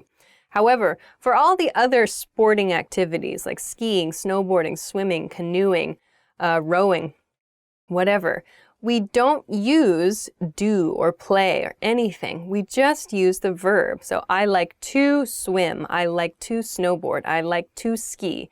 No play, no do. We can use go. I like to go skiing. I like to go bicycling. But you can simply use the verb for that activity in place of any other verb like go or play. Don't use play. Just don't use play. That's my point here. So in a sentence, I like doing yoga with the do verb, or I like skiing as a simple activity sentence. Hi everyone, my name is Bridget and welcome to today's lesson. The topic for this lesson is top 10 lines you'll need to reject a date. Let's get started. Sorry, but I already have another appointment. Sorry, but I already have another appointment. If someone asks you out for a specific day, this is a way of saying you won't be available. You already have plans then. Sorry, I already have another appointment. Oh, I have to work late today. Oh, I have to work late today. This is a reasonable way to get out of going on a date you don't want to go on. It's a way of saying you have too much to do at work. You won't have time for anything else in the evening because you have to work late. Oh, I'm late for class. Sorry, I can't. Oh, I'm late for class. Sorry, I can't. This is something you would say if you were in school, at university. You're saying that you are running late for a class. You have to get to your class, your lecture. It's a way of getting away from someone. It means you're on a tight schedule. Oh, sorry, I'm running late for class. I can't. I'll be studying for finals. I'll be studying for finals. Finals are final exams that come at the end of a school year. This is a good thing to say if you're in school because it shows that you care about your grades. You have too much studying to do to be going on dates with anyone. It's a very valid reason to stay in if you care about your grades. You have too much studying to do to be going out on dates. That's not important. What's important is studying. Oh, I just made plans to go out with the girls tonight. Sorry. Oh, I just made plans to go out with the girls tonight. Sorry. This is a way of saying you've already made plans with your group of friends. It means you can't do anything else that night because you're already hanging out with your girlfriends, or if you're a guy, you could say you're going out with the guys. You already have plans, so sorry you don't have time for a date. I've got to check my schedule. Can I get back to you later? I've got to check my schedule. Can I get back to you later? This is a way of buying yourself some time. It means you're not sure if you're available, so you need to double check your schedule, your calendar, wherever you put down the things that you have to do, your obligations. If you're sneaky, this is an easy way to buy yourself some time to make other plans so that you can get back to the person who asked you on the date and say, actually, I checked my schedule. I have something that day. I'm busy that day. I'm sorry, I already have a boyfriend or a girlfriend. I'm sorry, I already have a boyfriend. This is a very, very common way of rejecting people. A lot of times at a bar, if someone comes up to you. Sorry, I already have a boyfriend. It means that you already have a significant other in your life and you're not looking for anything romantic with anyone else. It shows you're not available, so they should turn their sights elsewhere. I'm not really interested in seeing anyone right now. I'm not really interested in seeing anyone right now. This is a very direct way of telling someone that you're not looking for anything romantic with anyone. It means you're happy to be single, to be on your own, not caught up in any romantic entanglements. You're saying, I'm actually not interested in what you're interested If that person is coming up to you and trying to get something started romantically, asking you out on a date, you're saying, actually, I'm not interested in anything romantic in my life right now. I'm sorry, I just don't like you in that way. I'm sorry, I just don't like you in that way. This is a very direct way of rejecting someone. Sometimes it's so direct that it actually hurts someone else's feelings. You're telling them you don't see them in a romantic way at all. You're not attracted to them romantically. To say, I don't see you in that way, it means I don't see you in a romantic way at all. I just want to be friends. I just want to be friends. This is a very, very, very common way to reject someone. I know I've used it. It means that you have a friend who may start having feelings for you and they ask you if you want to do something romantic, maybe go on a date or something. And this is how you say, our friendship means so much to me and I don't want to risk it. I just want to be friends. I don't want to be anything more than friends. I don't want to be dating. I just want to be pals. That brings us to the end of today's lesson. If you have any questions or comments at all, leave them below. And don't forget to go to EnglishClass101.com to learn more English. Hi everyone, my name is Bridget and welcome to today's lesson. The topic for this lesson is Top 10 Airports in the United States. Let's get started. Hartsfield-Jackson. Hartsfield-Jackson. Hartsfield-Jackson is the busiest airport in the United States. This airport is so popular not because everyone flies to be in Georgia, but because a lot of different flights connect there. It's very popular for connecting flights. Los Angeles International. Los Angeles International. Los Angeles International, also known as LAX, in Los Angeles, California. If you go to LAX, you may see a celebrity. This is the main airport in LA, in Los Angeles, and a lot of times when you see famous people getting photographed at the airport, they are at LAX. O'Hare International. O'Hare International, in Chicago, Illinois. I flew into O'Hare to see the Cubs play. A lot of people know this baseball team as the team that never won the World Series. But recently, last year, for the first time in over 100 years, the Cubs won the World Series. So they are no longer known lovingly as failures. This is the airport for Chicago, Illinois. Chicago, known as the Windy City. Dallas, Fort Worth International. Dallas, Fort Worth International. This is the airport for Dallas, Texas. A lot of cowboys can be seen at Dallas, Fort Worth International.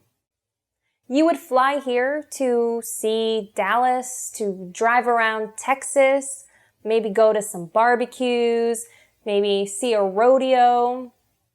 I have never been to Texas, so this might just be a bunch of stereotypes that do not actually exist in this area. But I've heard Texas is a very fun place. Everything is bigger in Texas, as they say. San Francisco International. San Francisco International. This airport is located in San Francisco, California. Fly into San Francisco International Airport if you want to visit one of the most expensive cities in America. San Francisco is known both for being a very beautiful city with cool architecture and the Golden Gate Bridge and trolleys and winding streets. But it's also known for being very, very expensive to live there. Charlotte Douglas International. Charlotte Douglas International. This airport is located in Charlotte, North Carolina. Charlotte Douglas Airport is the second biggest airport in the Southeast. McCarran International. McCarran International. This airport is located in Las Vegas, Nevada.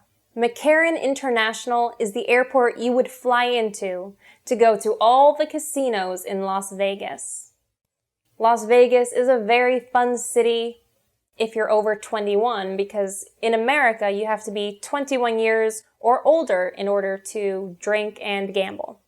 So the McCarran International Airport is where you would fly into in order to go and hit up the Strip. You'd see the Luxor, the Bellagio, my personal favorite, the Venetian.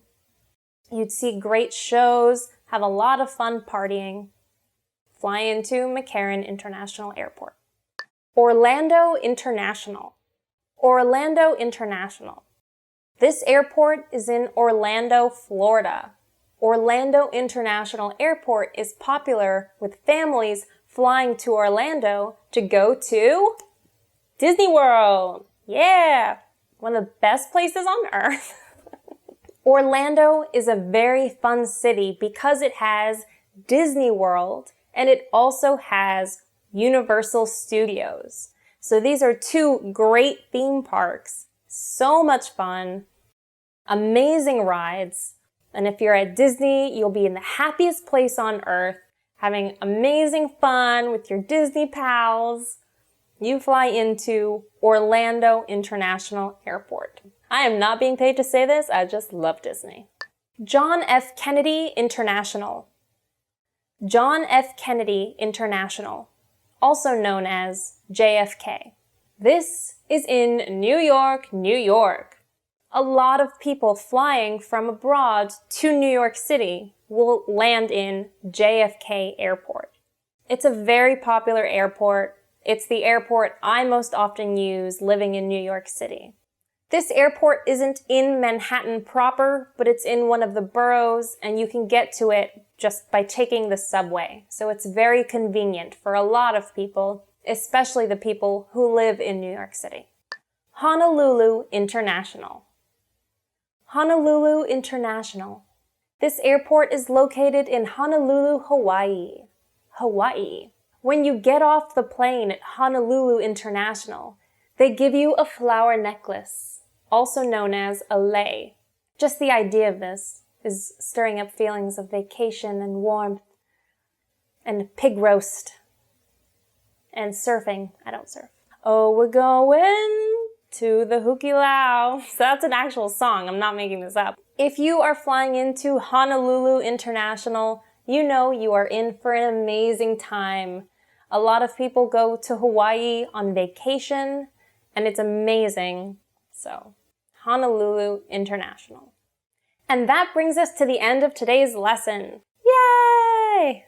Oh, we're going to the Hukilau. The Hukilau.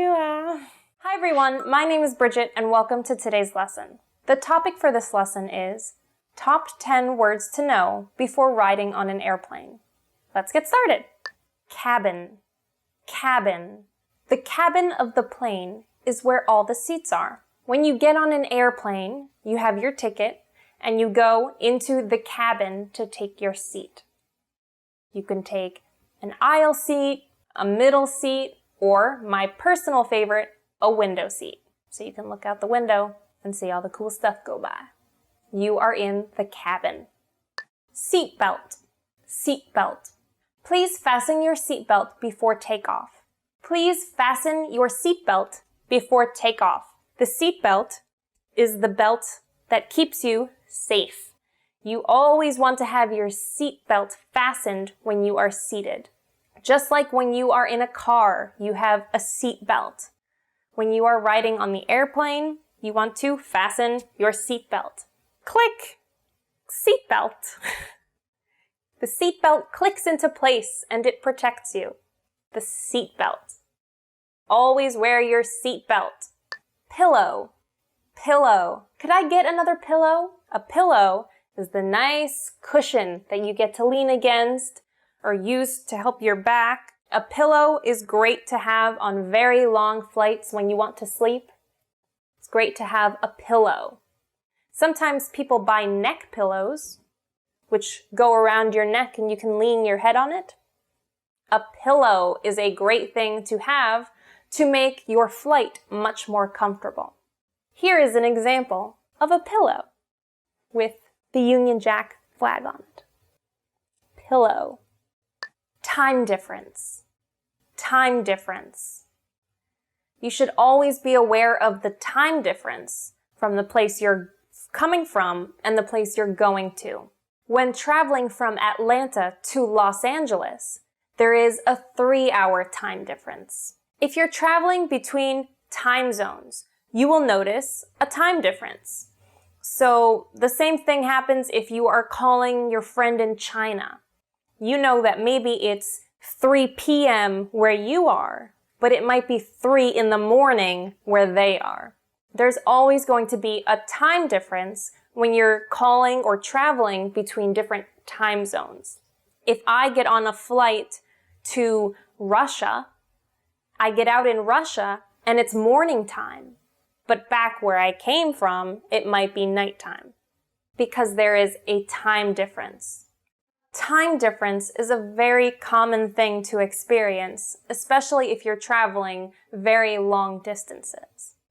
And after that, you might get jet lag because the place you go to might be starting early morning. You arrive early morning, but your body feels like the time back where you're coming from. So where you're coming from, it might be time to go to bed, but you're getting out over here where it's morning time because there's a time difference. Overhead storage compartment. Overhead storage compartment. Please store your luggage in the overhead storage compartment.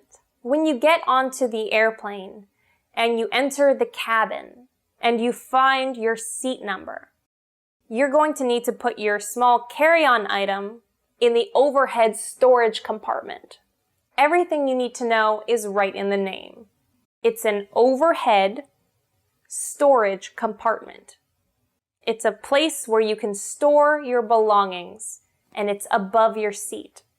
Emergency exit. Emergency exit. Please read the instructions if you are sitting next to an emergency exit. On any airplane, there are usually multiple emergency exits. These are the exits that you need to use in the event of an emergency. If anything happens and you need to exit the airplane quickly, you use one of the emergency exits. It's always good to know where the nearest emergency exit is located, God forbid, in the terrible chance that you ever need to use one. Flight attendant. Flight attendant. If you have any questions, you can ask the flight attendant for assistance. The flight attendants are the people who work on the plane, who go down the aisles and give you drinks, give you headsets, bring you your food. They are there to help you and to provide any assistance you need while you're on the flight. Pilot. Pilot. I have been a pilot for more than 20 years. The pilot is the person who flies the airplane. This person sits in the cockpit. It's called the cockpit. There is the pilot. There's usually a co-pilot. These are the people responsible for getting you where you need to go. Pilots usually make a lot of money because they have a lot of responsibility.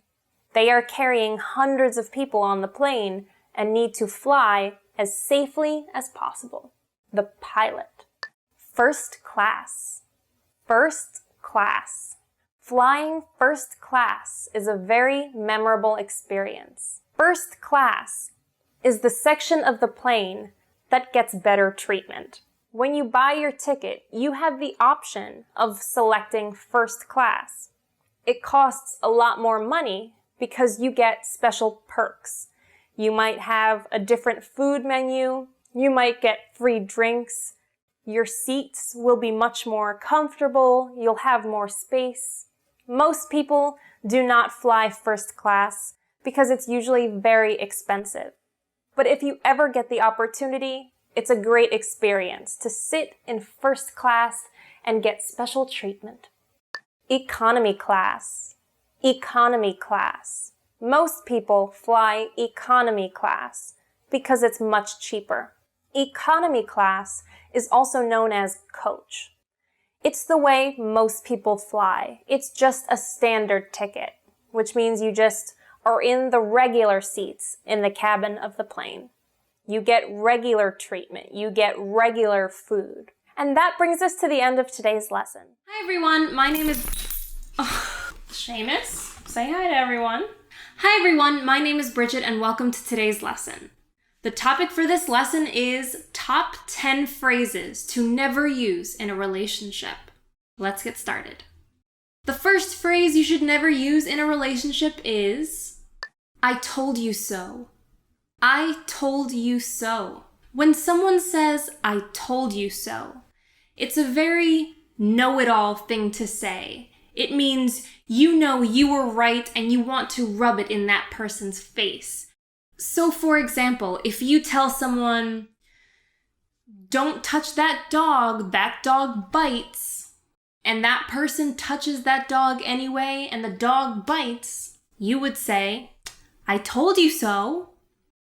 I told you so. It's not very nice because it's boastful. It means that you're bragging, you're making them feel bad for not having listened to you. Oh, I'll do it myself. I'll do it myself. When you tell someone, oh, I'll do it myself, it means that you are not happy with the way the other person did something. It means you think you can probably do it better. It's not something you want to use in a relationship because it makes the other person feel bad, like they didn't do a good job, that they did something poorly, and it doesn't make them feel good. You never listen to me.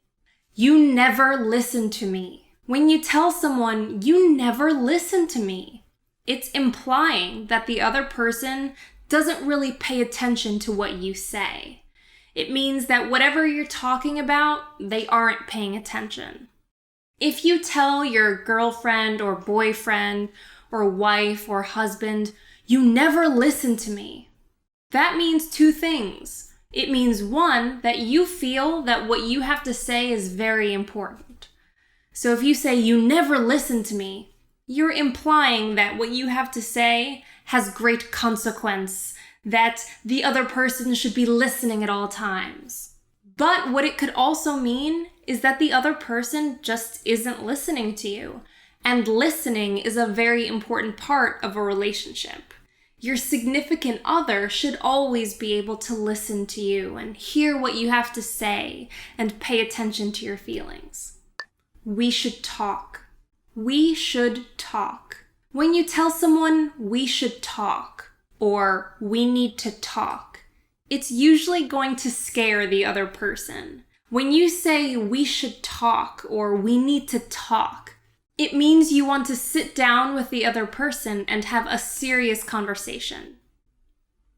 A lot of times that might mean you're going to break up. It means that you have something important to tell the other person, but you want to do it in person. Never mind. When you say never mind, it means forget it, stop paying attention, think about something else, I don't want to talk anymore. So if you start to tell your boyfriend or girlfriend something, it could be your feelings, and you say, you know, lately I've been feeling, and then you stop and you say, never mind. That is telling the other person to stop paying attention, to stop listening, just don't think about it, never mind. When you tell the other person to never mind, it makes it seem like you're belittling your own feelings.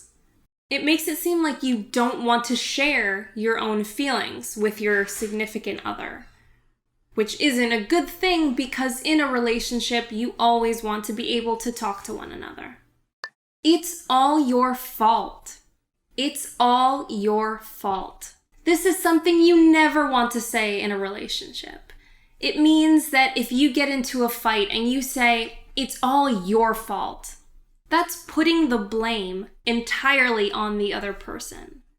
And a lot of times in a relationship, if you fight or if something happens, a lot of times both of you are probably a little bit at fault.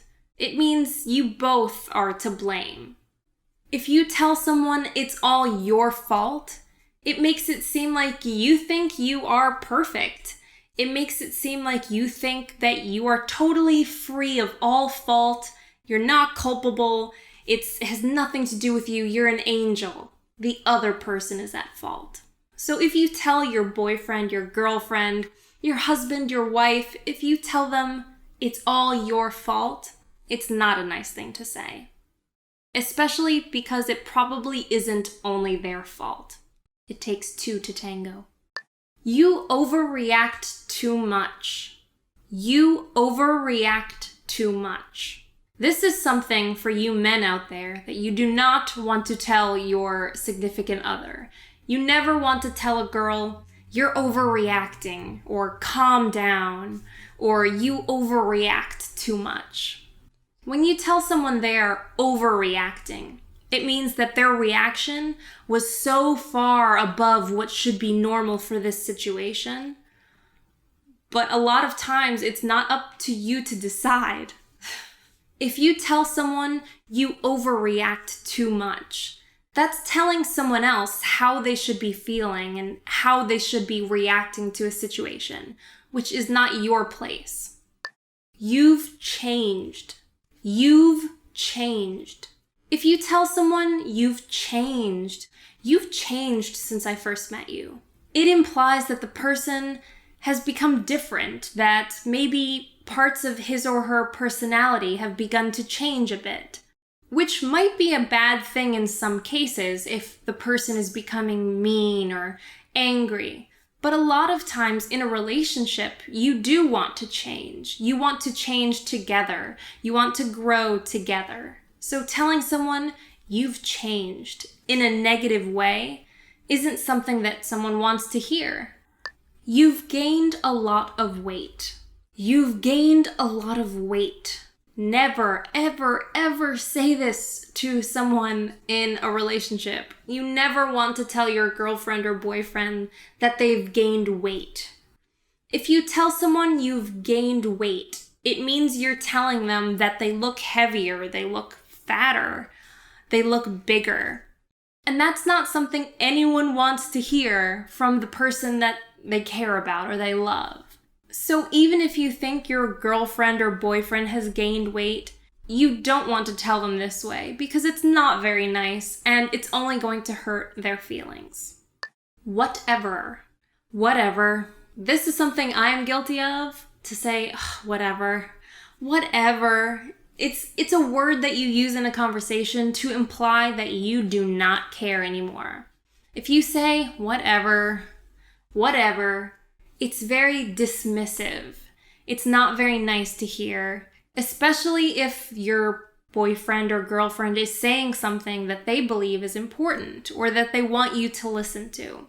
If you react by saying whatever, it means that you don't really care what they have to say. That brings us to the end of this lesson. Throat is making sounds. Yeah! Hi everybody, welcome back to Top Words. My name is Alicia, and today we're going to be talking about tongue twisters. Tongue twisters are phrases that are difficult to say, so they're really good chances to practice your pronunciation. Let's go. Sally sold seashells by the seashore. Sally sold seashells by the seashore. This one's difficult because of the s and sh sounds. Sally sold seashells by the seashore. Sally sold seashells by the seashore. Sally sold seashells by the seashore. That one's not so bad. Okay, we'll move on. Next. Betty Botter bought some butter, but she said the butter's bitter. I've never seen this before. Okay. Betty Botter bought some butter, but she said the butter's bitter. That's a good one. That's a good one. I feel like you could have thrown the word like but in there somewhere too. Betty Botter bought some butter, but she said the butter's bitter. Ah, that's a good one. It's very bubbly. Betty Botter bought some butter, but she said the butter's bitter. It's like if I knew the words, I could probably say it faster. Betty Botter bought some butter, but she said the butter's bitter. Butter's bitter. Bitter, butter, bitter. But she bought some butter, but she said the butter's bitter. Is this enough? I don't know when to stop. How much wood would a woodchuck chuck if a woodchuck could chuck wood? The next tongue twister is also a classic one about woodchucks. Woodchucks are real creatures that exist on the west coast of the United States, primarily in Washington and Oregon. They're like beavers, but they don't live in rivers. They live in like forests and rocks. The tongue twister is, how much wood would a woodchuck chuck if a woodchuck could chuck wood? How much wood would a woodchuck chuck if a woodchuck could chuck wood? And then there's a common response to that, which is, it would chuck all the wood that a woodchuck could if a woodchuck could chuck wood. We definitely talked about this one in that English topics episode we did about tongue twisters. Lesser leather, never weathered, wetter weather better. Oh, I've never seen this. Lesser leather, never weathered, wetter weather better? Hang on, I'm just like astounded by the grammar of this sentence. Lesser leather, never weathered, wetter weather better. Oh, that's hard. It's the wetter weather better. Wetter weather better part. Those last three words. Lesser leather, never weathered, wetter better. Lesser leather, never weathered, wetter weather better. Wetter weather better. Weather.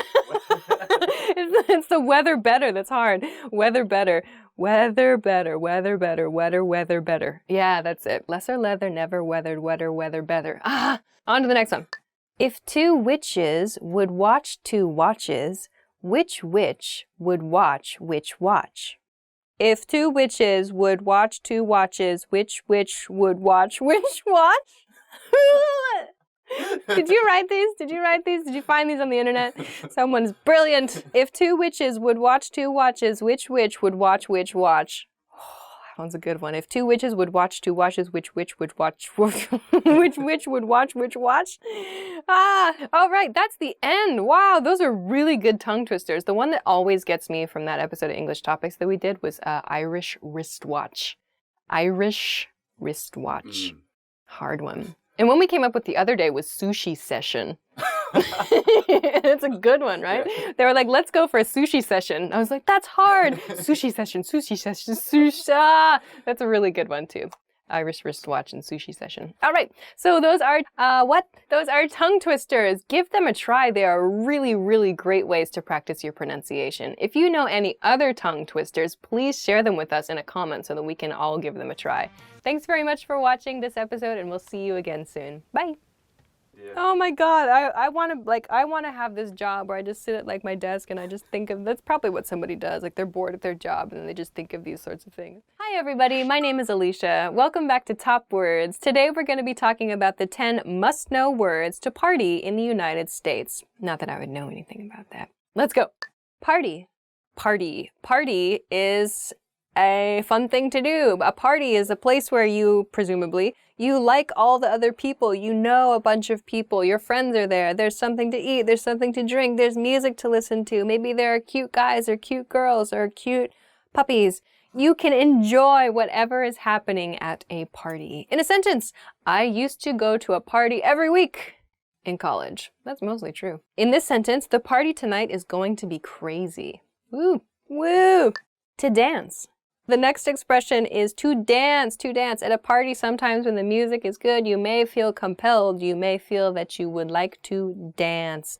To dance is to move your body rhythmically in accordance with beats. That's if you're a robot giving a definition of the word to dance.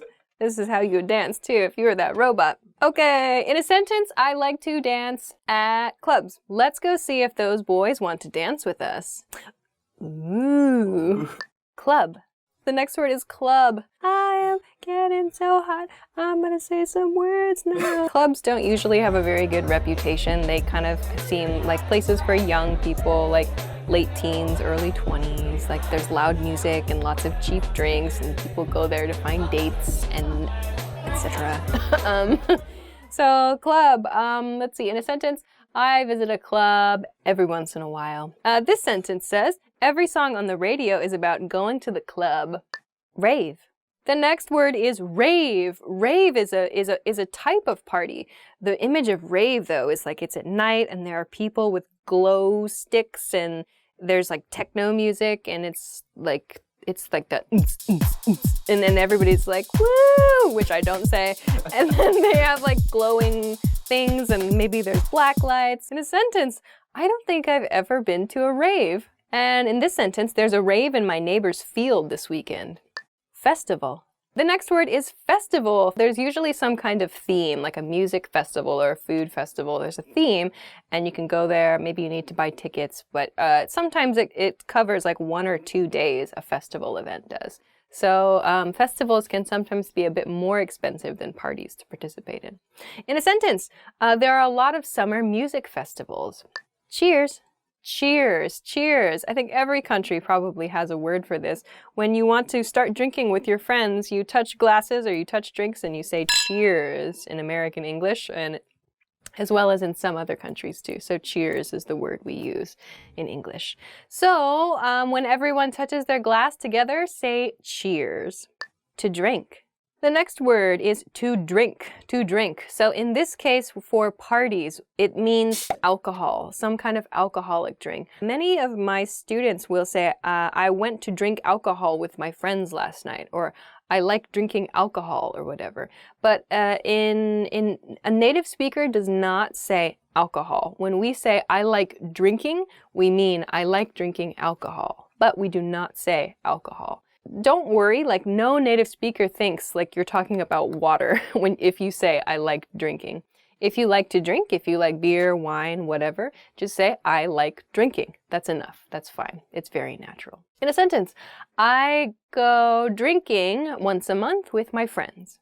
In this sentence, wow, your friends really like to drink. Oh my. To get drunk.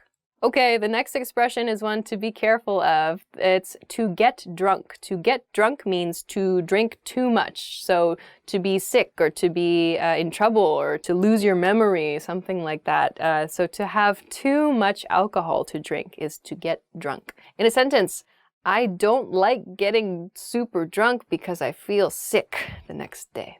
I don't like to get drunk the night before work. VIP.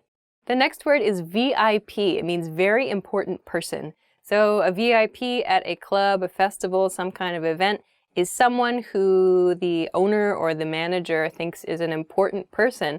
They get special treatment, maybe free drinks, a nice place to sit, a private room. They get to meet the stars at the music festival, whatever.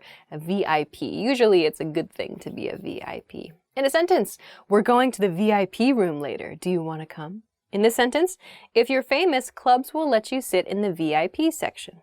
To buy around. The next expression is to buy around. To buy around means to buy a round of drinks, meaning to buy one drink for each person in your group. So if you're in a group of 4 people, maybe everybody buys one round of drinks. But if you're in a large group of people and you decide to buy a round of drinks for everyone in the group, this can be very expensive.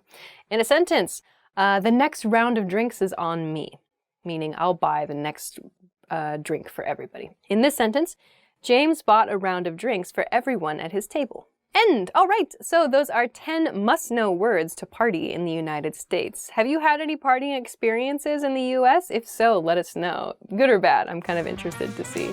And we'll see you again soon. Bye!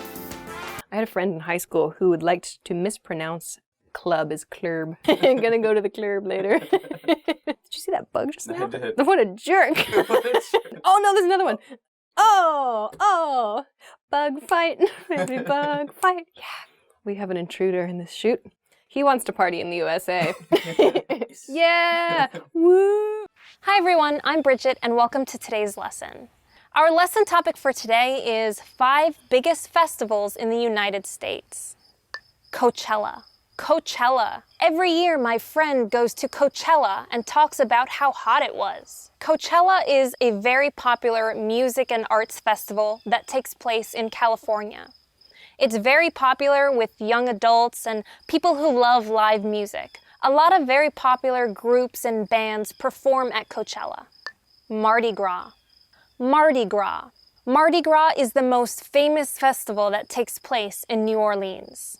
Mardi Gras literally means Fat Tuesday. Mardi Gras. It's a huge street festival. People flock to the streets, listening to good jazz music, all kinds of music. It's all about having fun. Comic-Con International. Comic-Con International. More than just comics, you can find video games and movie stars at Comic-Con International. For short, you can just call it Comic-Con. Comic-Con is my personal favorite festival. Everyone dresses up like their favorite characters from video games, TV shows, and movies. It's a lot of fun to walk around and try to guess who each character is. Tribeca Film Festival. Tribeca Film Festival. Tribeca Film Festival is one of the most prestigious events in film. Tribeca Film Festival takes place in New York City, and people come to show off their new feature-length films and short films. South by Southwest. South by Southwest. South by Southwest always has the hottest indie bands. South by Southwest is a festival that takes place in Texas.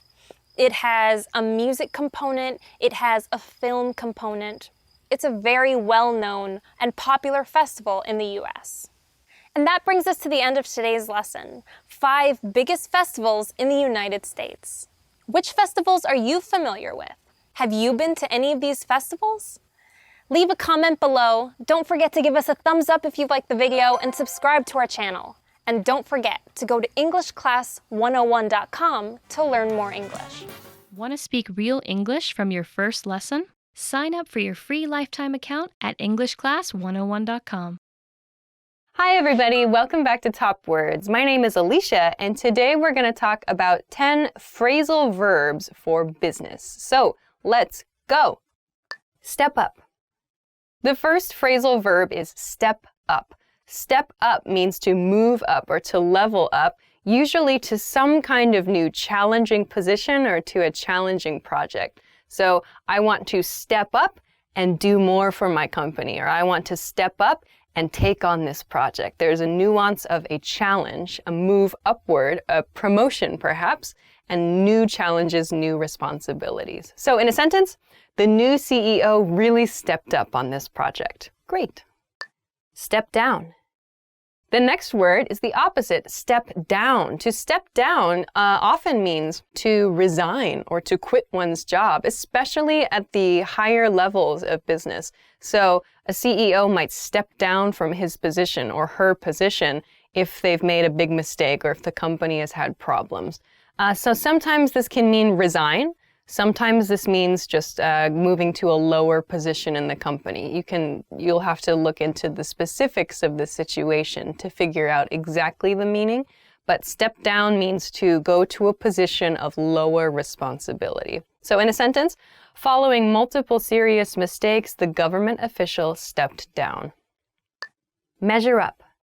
The next expression is measure up. Measure up is a word or a phrasal verb that we use to mean compare. We say, how does something measure up? Or does this measure up to? Meaning, is item A equal to item B?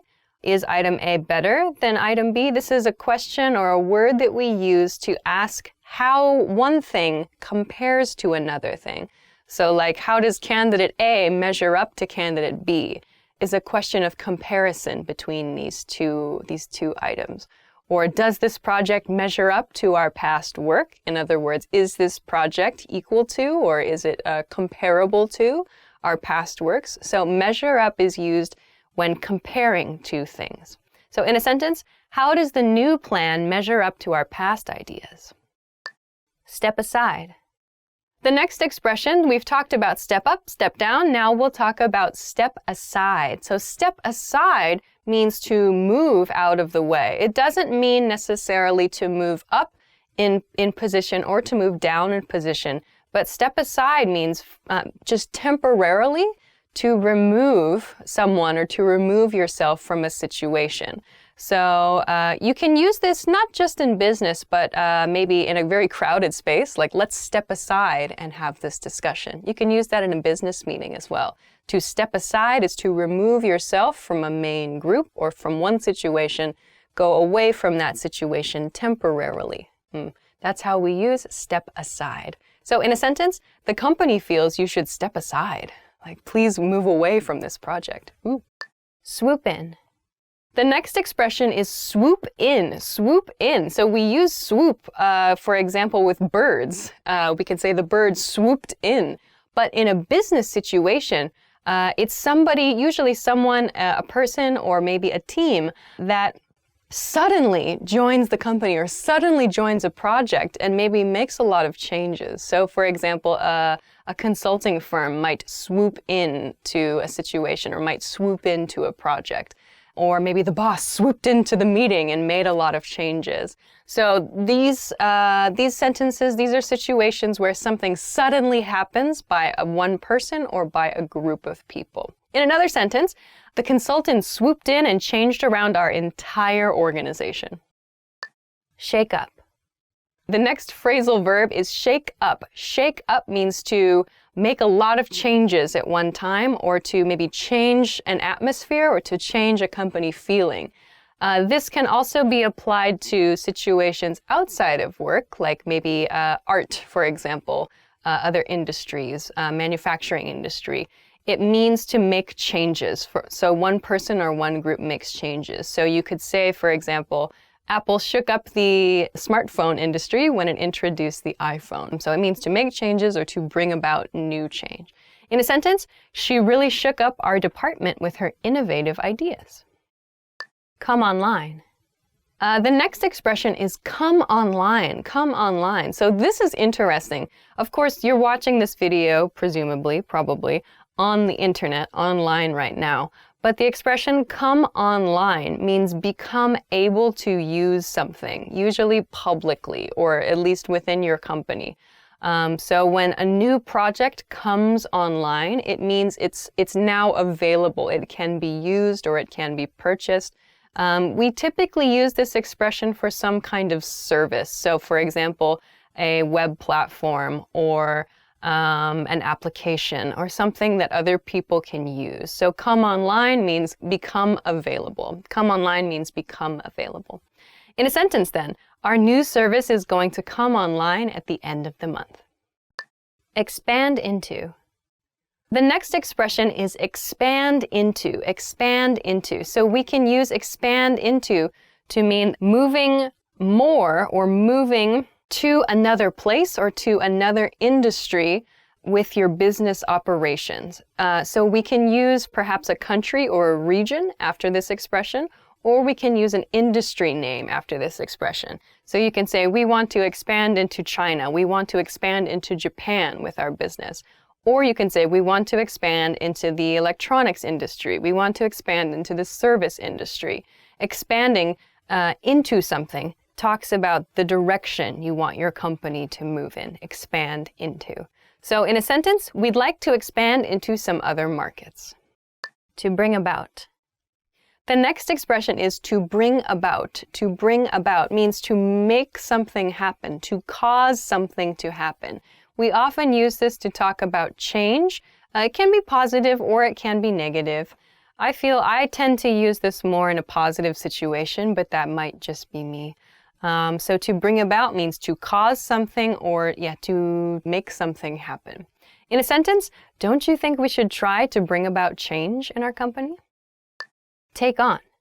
The next expression is take on. So take on, if you can kind of make a visual with this phrasal verb, you can take something and attach it to yourself, to take on something. But this thing you're taking is responsibility. So to take on something has the nuance of a challenge or a new responsibility. It's something that is generally seen as positive, but perhaps could be maybe a lot of new work or a big new project, for example. So I might say, I want to take on some new projects this year. Or you could use it outside of business, like in a kind of aggressive situation, like I tried to take on a really big guy at the club, but he punched me. So you could use this too, but it has the nuance of challenge every time you use it. So in a different sentence, I was asked to take on more responsibilities at the office. That's the end. So those are 10 phrasal verbs for business. I hope that those are useful for you. If they are, please let us know in the comments. If you have any questions, also please let us know there too. Thank you very much for watching this episode of Top Words, and we will see you again soon. Bye! Hi everybody, welcome back to Top Words. My name is Alicia, and today we're going to talk about 10 verbs with irregular past tense forms. So let's go! Buy. bought. The first verb is buy. Buy. The past tense of buy is bought. Bought. It totally changes. So please don't say I buyed. It is incorrect. Please say I bought a puppy. I bought a pizza. I bought a bowl of tonkotsu ramen for lunch. That's a lie. Anyway, so buy becomes bought. So I bought my friend a new pair of headphones. Okay, in a different sentence, I bought a lot of food at the store. Fly. Flew. The next verb is fly. Fly. The past tense of fly is flew. Flew. F-L-E-W. Flew. So I flew from my house to my mom's house in an airplane directly. Doorway to doorway. Or let's see. I flew a plane for the first time last week. We can also use flew for an object in the air. So like my friend threw, so throw becomes threw, this is the same way, threw a piece of paper and it flew into my head. We can use it in this way too. All right, so in another sentence, we flew to London via Dubai. Blow, blew. The next verb is blow. Blow becomes blew. Blew, B-L-U-E, is not the correct spelling. It's B-L-E-W. Please be careful. Blue, the color, like this shirt, and blue, the past tense of this verb, have the same pronunciation, but they have different spellings. So please be careful. If you see those two words, don't get them mixed up. Blew is the past tense of blow. We use it for wind, like the wind blew my hair around this morning. That's true. Yeah, so we can say like the expression like, he really blew it in that presentation. So that's a sort of slang phrase, which means he made a huge mistake. He blew it, like he totally missed his chance. To blow something. Oh dear. Like, I blew it or you blew it means you totally made a mistake. You just messed up your chances. So, in a different sentence, the wind blew my hair around. Bring. Brought. The next verb is bring. Bring. The past tense of bring is brought. Brought. So, I brought my mom to a club. I brought a beach towel to the beach. I brought a coffee to my meeting in the morning. I brought shame upon my family. Anytime you would like to bring something, please make sure you change it to brought, not bringed. It is incorrect. So in a sentence, I brought a cake to the party. Fight. Fought. The next verb is fight. Fight. So fight can mean a fist fight, like a physical fight. But we can also use fight to talk about arguments with our words too. So fight in past tense becomes fought. Not fighted, but fought. We fought. So we fought about this haircut he gave me.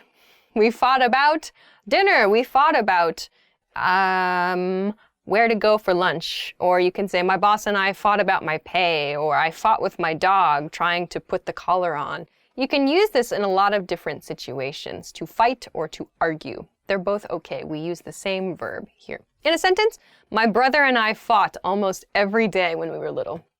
It is roughly true. So you guys are super tight. Yeah, actually now we are. Now we don't fight. He is so funny. Teach. Taught. All right, let's go to the next verb. The next verb is teach. Teach. Teach is the next verb. I'm teaching now. The past tense of teach is taught. Taught. T-A-U-G-H-T. Please be careful, not T-A-U-T. Taught, which refers to something like a piece of string or something, a material which is very tight. They have the same pronunciation, taught. So we use this to talk about times when we transmit information, we share information. I taught you about English. I taught my friend how to snowboard last year. That's not true. I taught my dog how to sit. I don't have a dog. I taught my brother how to play the banjo. Also not true. I taught my friend how to make gyoza. Not true. My friend taught me how to make gyoza. That is true. Yeah. So we can use teach and taught to talk about sharing information. In this sentence, I taught my parrot how to talk and now I regret it. Why did I have that example? I wonder what I was thinking when I wrote that example sentence. Speak. Spoke. The next word is speak. Speak. The past tense of speak is spoke. Spoke. So we use speak a lot, like I speak English, I speak Japanese. You probably would not use those so much in past tense unless you want to say like I spoke Japanese when I was little, or I spoke Japanese a little bit when I visited Tokyo. You could use that, but instead we would use the past tense of speak, spoke, to report information. So I spoke to my mother yesterday. I spoke to my boss this morning. I spoke to my dad today, something like that.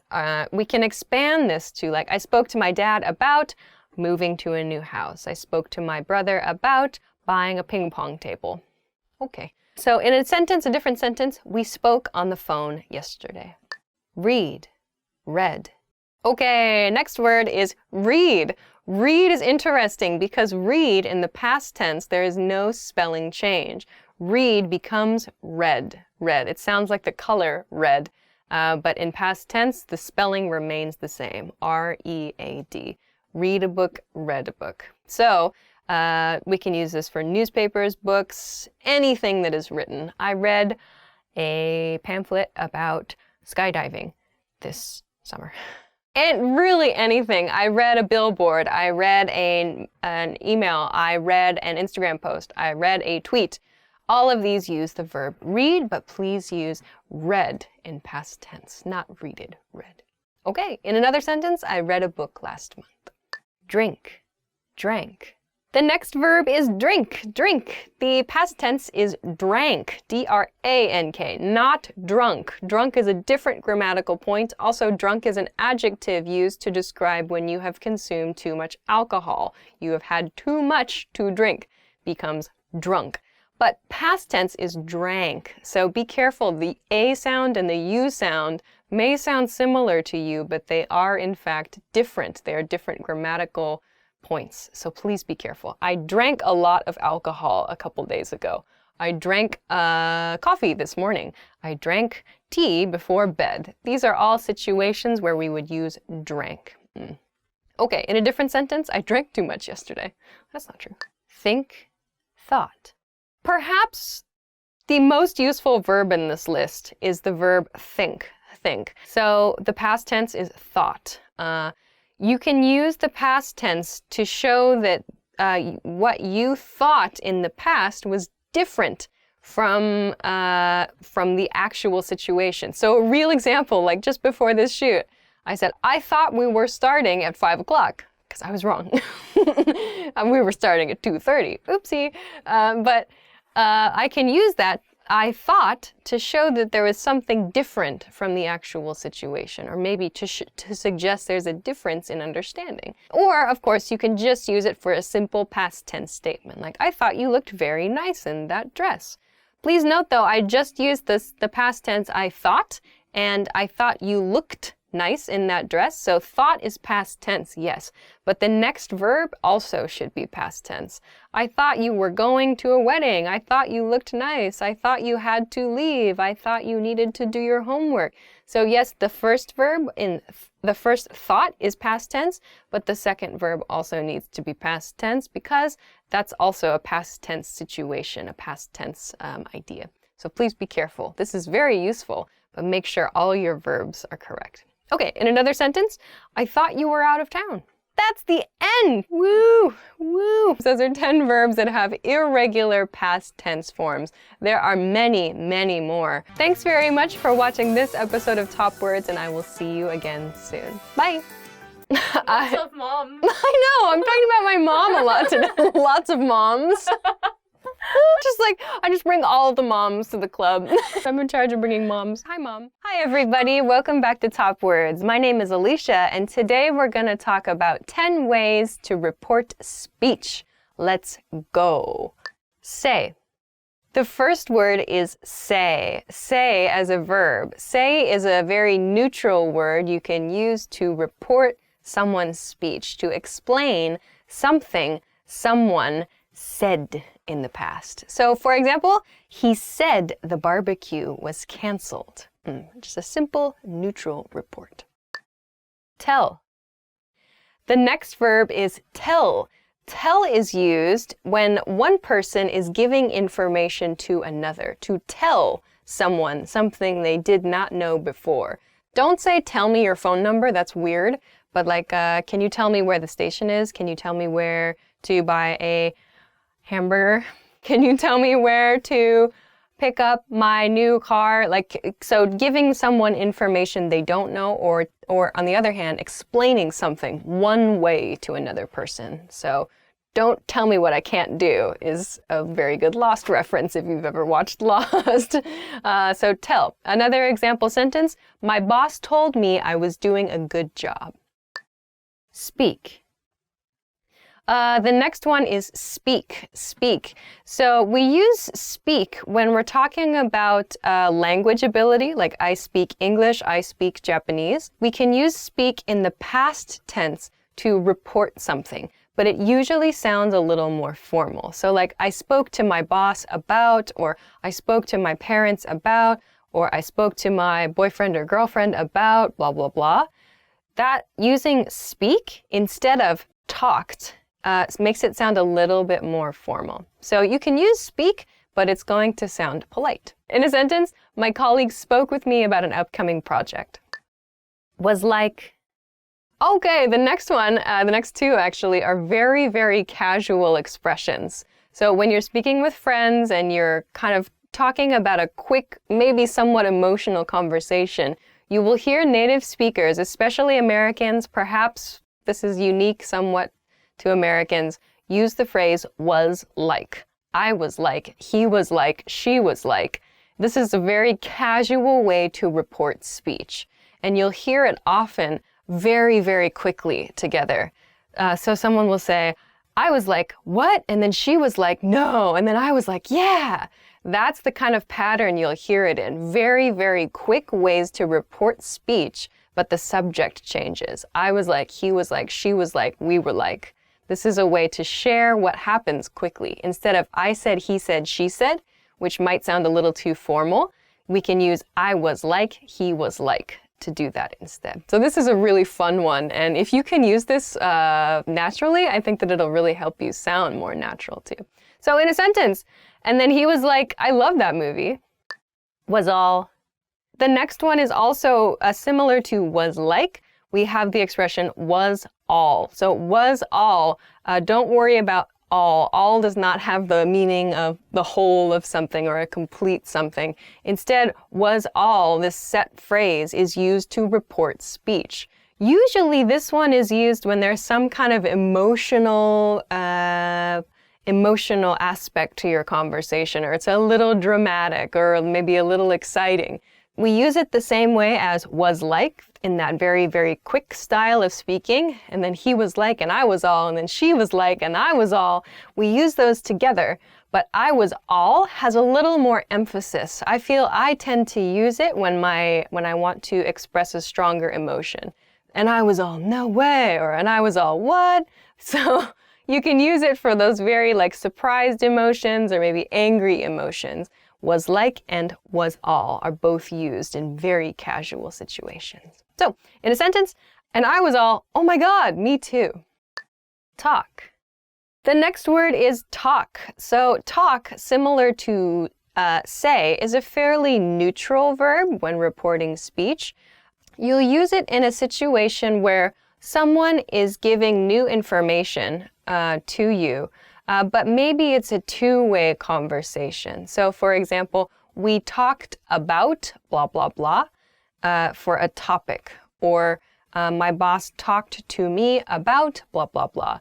So maybe new information is being exchanged, but the conversation is two-way. There are multiple participants. With tell, it's like the nuance is sort of one person is reporting information, giving information. With talked, there's an exchange happening there. So keep in mind when you use the word talk, you will say either I talked to or I talked with someone. And then you'll usually have a topic. So I talked to my friend about blah, blah, blah. I talked to my friend about my new apartment. I talked to my boss about a raise. I talked to my dog about what dogs do. So there's some kind of exchange happening there. You'll need to use to or with when you're referring to the person or entity you're talking to, and you'll use about to refer to the subject. So you can use this one, when you want to discuss exchanges of information. So in a sentence, she talked to me about my family. Mention. Let's go to the next one. The next one is mention.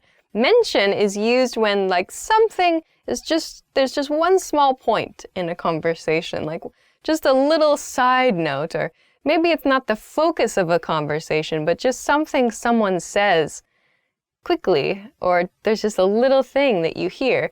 Oh, you mentioned something about blah, blah, blah, or you mentioned that a new project, like it's maybe not the focus of the conversation, but something that you heard a little bit about.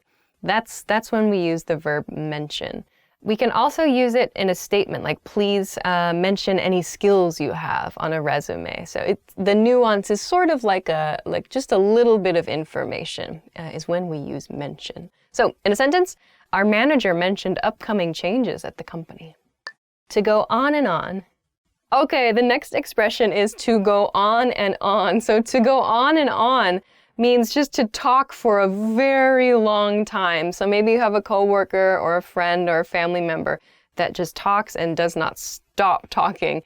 We say to go on and on. That's the expression we use. So in a sentence, the speaker at the seminar was going on and on about the topic. If you really want to emphasize it, you can say it was going on and on and on and on and on. That really emphasizes that the person continues to speak. So if you know somebody who does that a lot, you can use this expression to talk about them. According to. The next expression here is according to. According to is used actually in the news or like to officially report something. So according to sources or according to the police, according to the government official, according to my teacher, according to my mother, these are like direct reports of information, and they're direct reports of information from a specific source. So according to the newspaper, my neighborhood has 50,000 amazing ramen shops. That's not true. But if I want to, instead of just saying my neighborhood has 50,000 amazing ramen shops, I'm giving a source for that. So according to my newspaper, this is where I got the information. So this is important to use in news, in newspapers, and any kind of official documentation. You will see and hear according to in these cases. In a sentence, according to a witness at the scene, the suspect escaped. Report. Great, so the next one is report. So report, similar to according to, we use report in more official situations. So to officially share information, like to report to the police, to report to your teacher, to report to your boss. Sometimes it means to submit documentation, like to give someone a written report. Sometimes it's to share information officially, just with your voice, to report news or to report an update. So when you want to give official information, we'll use the verb report. So in a sentence, sources in the area report that the accident was not serious. Thank goodness. All right.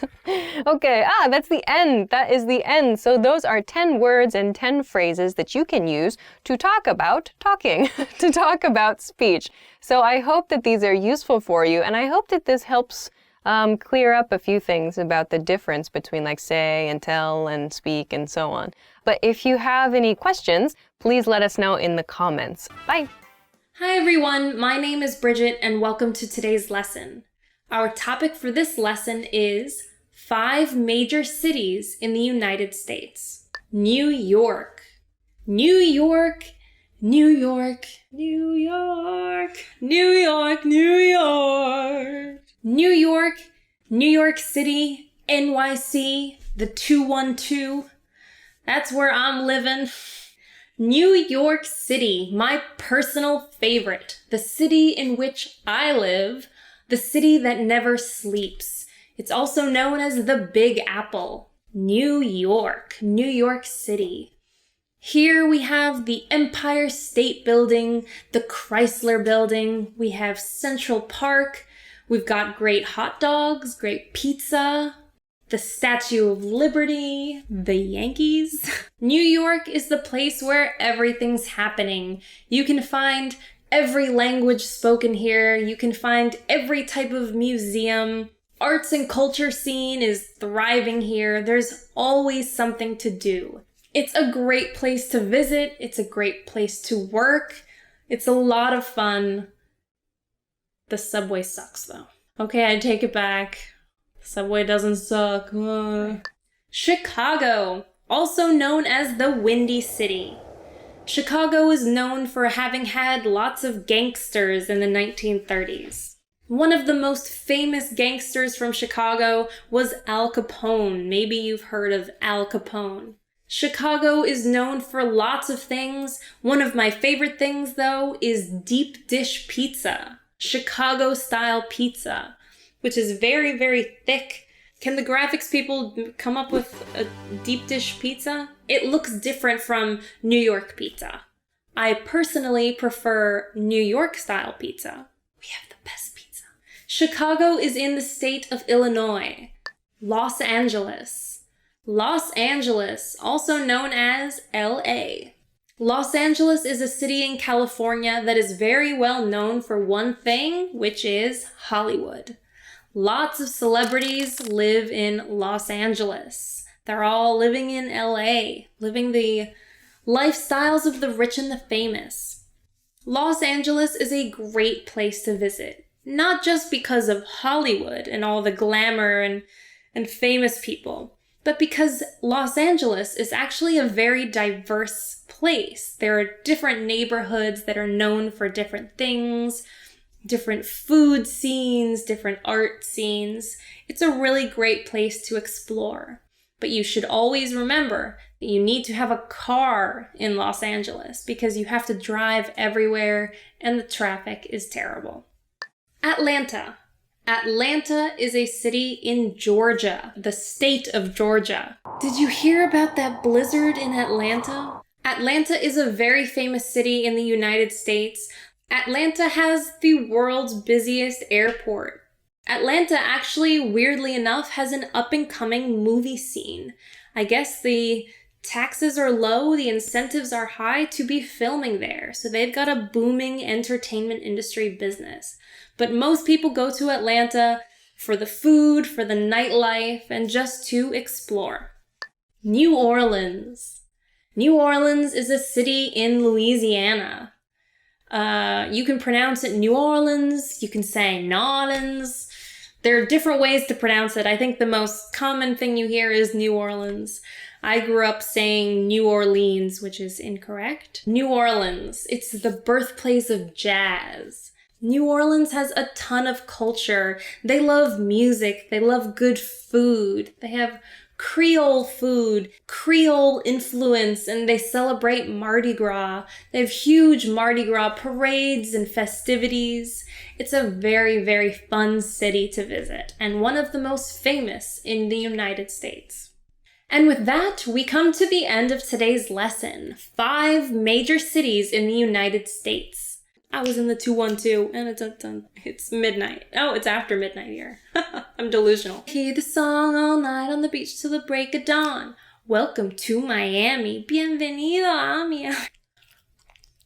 Hi everyone, my name is Bridget and welcome to today's lesson. The topic for this lesson is top 10 pickup lines to use at your own risk. Let's get started. Did it hurt when you fell from heaven? Did it hurt when you fell from heaven? The way this pickup line is typically said is, a guy goes up to a girl and says, "Did it hurt?" And the girl says, "Did what hurt?" And the guy says, "When you fell from heaven."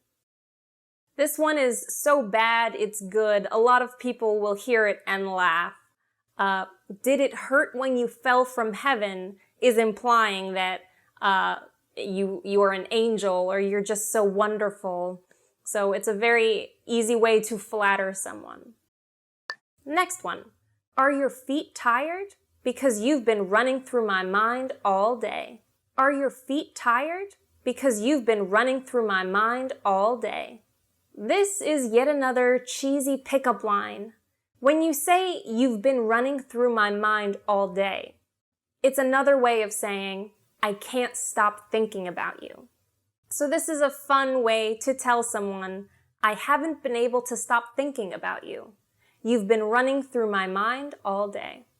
You're so hot, you would make the devil sweat. The next one is one I've never heard before, but here it goes. You're so hot, you would make the devil sweat. Telling someone he or she is hot is a way of saying he or she is attractive. You're hot. She's hot. He's hot. In English, especially American English, we use hot to describe someone who is physically attractive, whose body looks good. So if you tell someone, you're so hot, you would make the devil sweat, is drawing a comparison between the word hot used to imply someone looks good, but also hot like, whew, super hot. What number should I call to say goodnight to you later? Next one. What number should I call to say goodnight to you later? This is a very presumptuous thing to say. It's a sly way of asking someone for their phone number. Oh, what number should I call to say goodnight to you later? It's saying, can I have your phone number? What number should I use to say goodnight is essentially saying, hey, I'm going to call you later. Can I have your number? Someone should call God because heaven is missing an angel.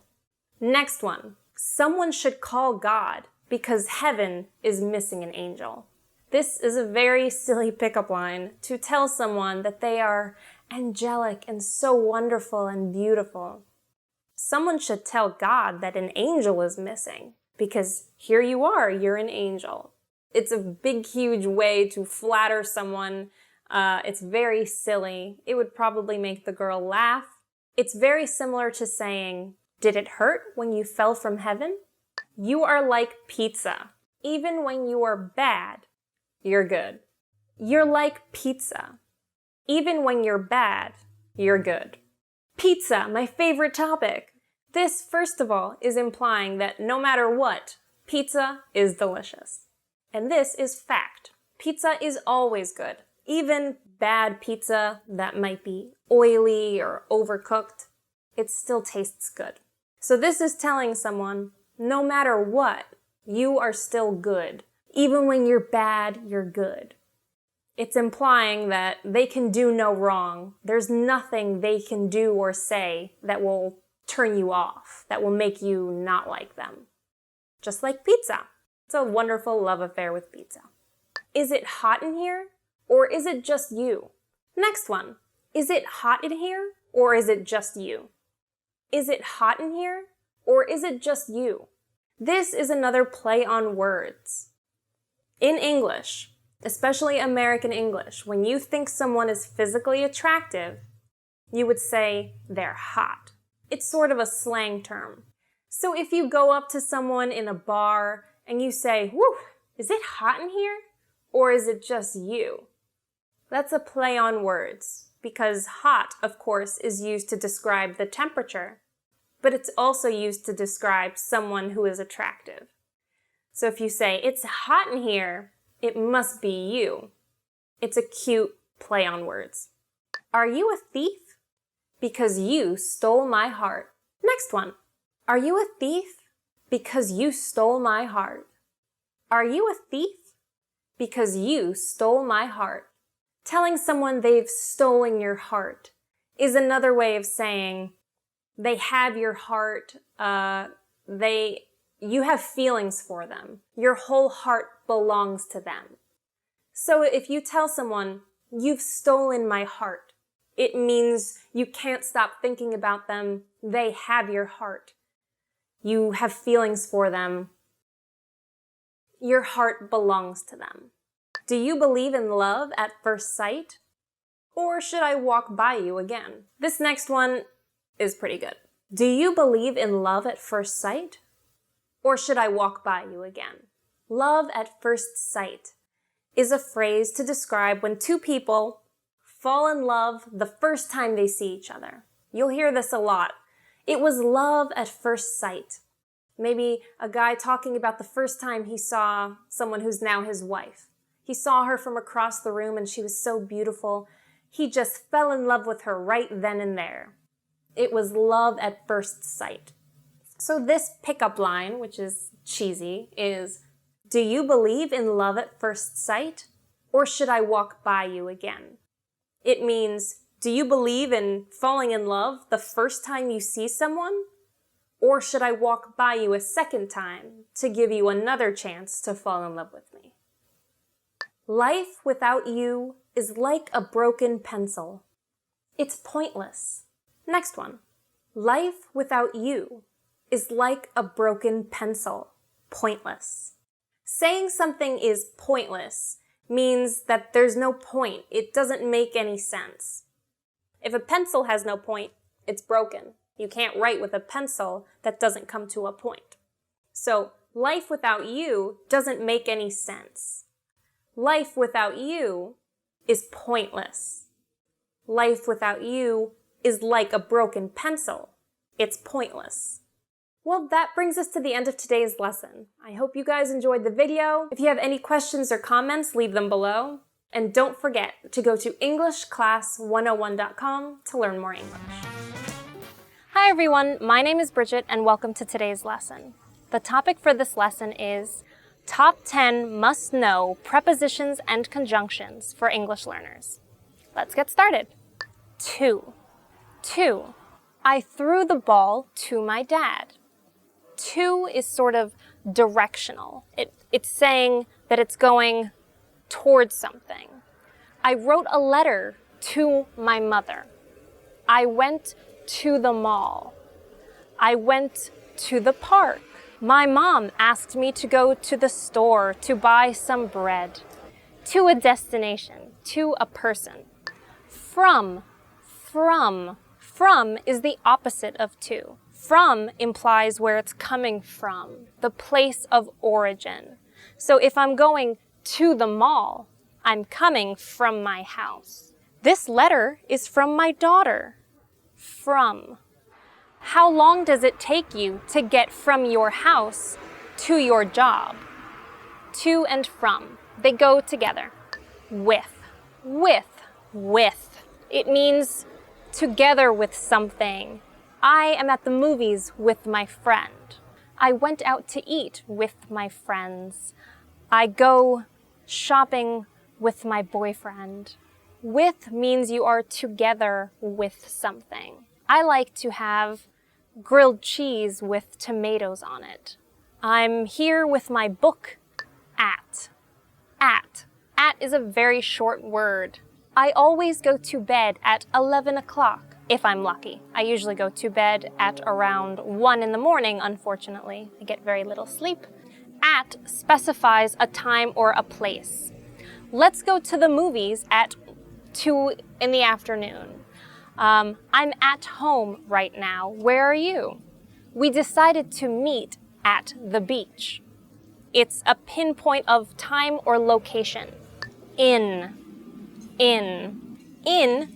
means you are inside of something or in the middle of something. It means being immersed in something. I am in bed right now. The cat is in the box. The child is in the tree. The plane is in the sky. I graduated school in 2019. In. On. I left the book on my desk. On means on top of. I like ketchup on my fries. So that means my French fries are here and I like to put ketchup on them. The man is on the roof. The car is on the street. The motorcycle is on my nerves. But. I think I remember her name, but I'm not sure. But is a way to add a negative to a sentence. So, for example, I really love eating cake, but I don't eat it often because it's not healthy. I'd love to go to the movies with you, but I have too much work to do. I really like you, but I don't want to date you. And is a very common word you will hear all the time. It's a way of adding on a new subject or thing to your sentence. I love candy and pizza. I'm hungry and I'm tired. My friend moved to Spain and I moved to Canada. I love playing outside and I love being inside. And is a way to add on a new subject or thing to what you're talking about. So, I have a toothache, so I went to the dentist. So is a way of adding an example. Another way to say, because of this, I did this. You say something, and then you add so, and then what follows is the effect. So there's the cause, so the effect. So, I was feeling very hungry, so I had some pizza. This video is going to be pizza themed, everyone, apparently. I was really tired, so I took a nap. I was in the mood for some adventure, so I got on an airplane and flew to Mexico. That sounds nice. Or is a way of presenting a choice. So for example, you can either have pizza or you can have candy. I don't know if I should go to the movies or if I should go to the mall. Which color do you like better, red or green? It presents differences of choice. So that brings us to the end of today's lesson. Top 10 must-know conjunctions and prepositions for English learners. Cars are everywhere. People are crazy, so I'm going to go inside to film the next video. La la la. It's all good in the hood, guys. Don't worry about a thing. Hi everyone, my name is Bridget and welcome to today's lesson. The topic for this lesson is Top 15 must-know phrases to go shopping. How much is it? How much is it? When you ask how much something is, you are asking for the price. So if you are in America and you say, how much is it? Someone will say it is $10. It is $1,000. It is $1,000,000. So you are going to use this phrase a lot when you go shopping, especially at flea markets when the prices aren't always listed on the object or item themselves. Do you have this in another color? Do you have this in another color? A lot of times when you go clothing shopping, for example, you will try something on and you'll like how you look, but you kind of want the shirt to be not green, but maybe red. Red would look better.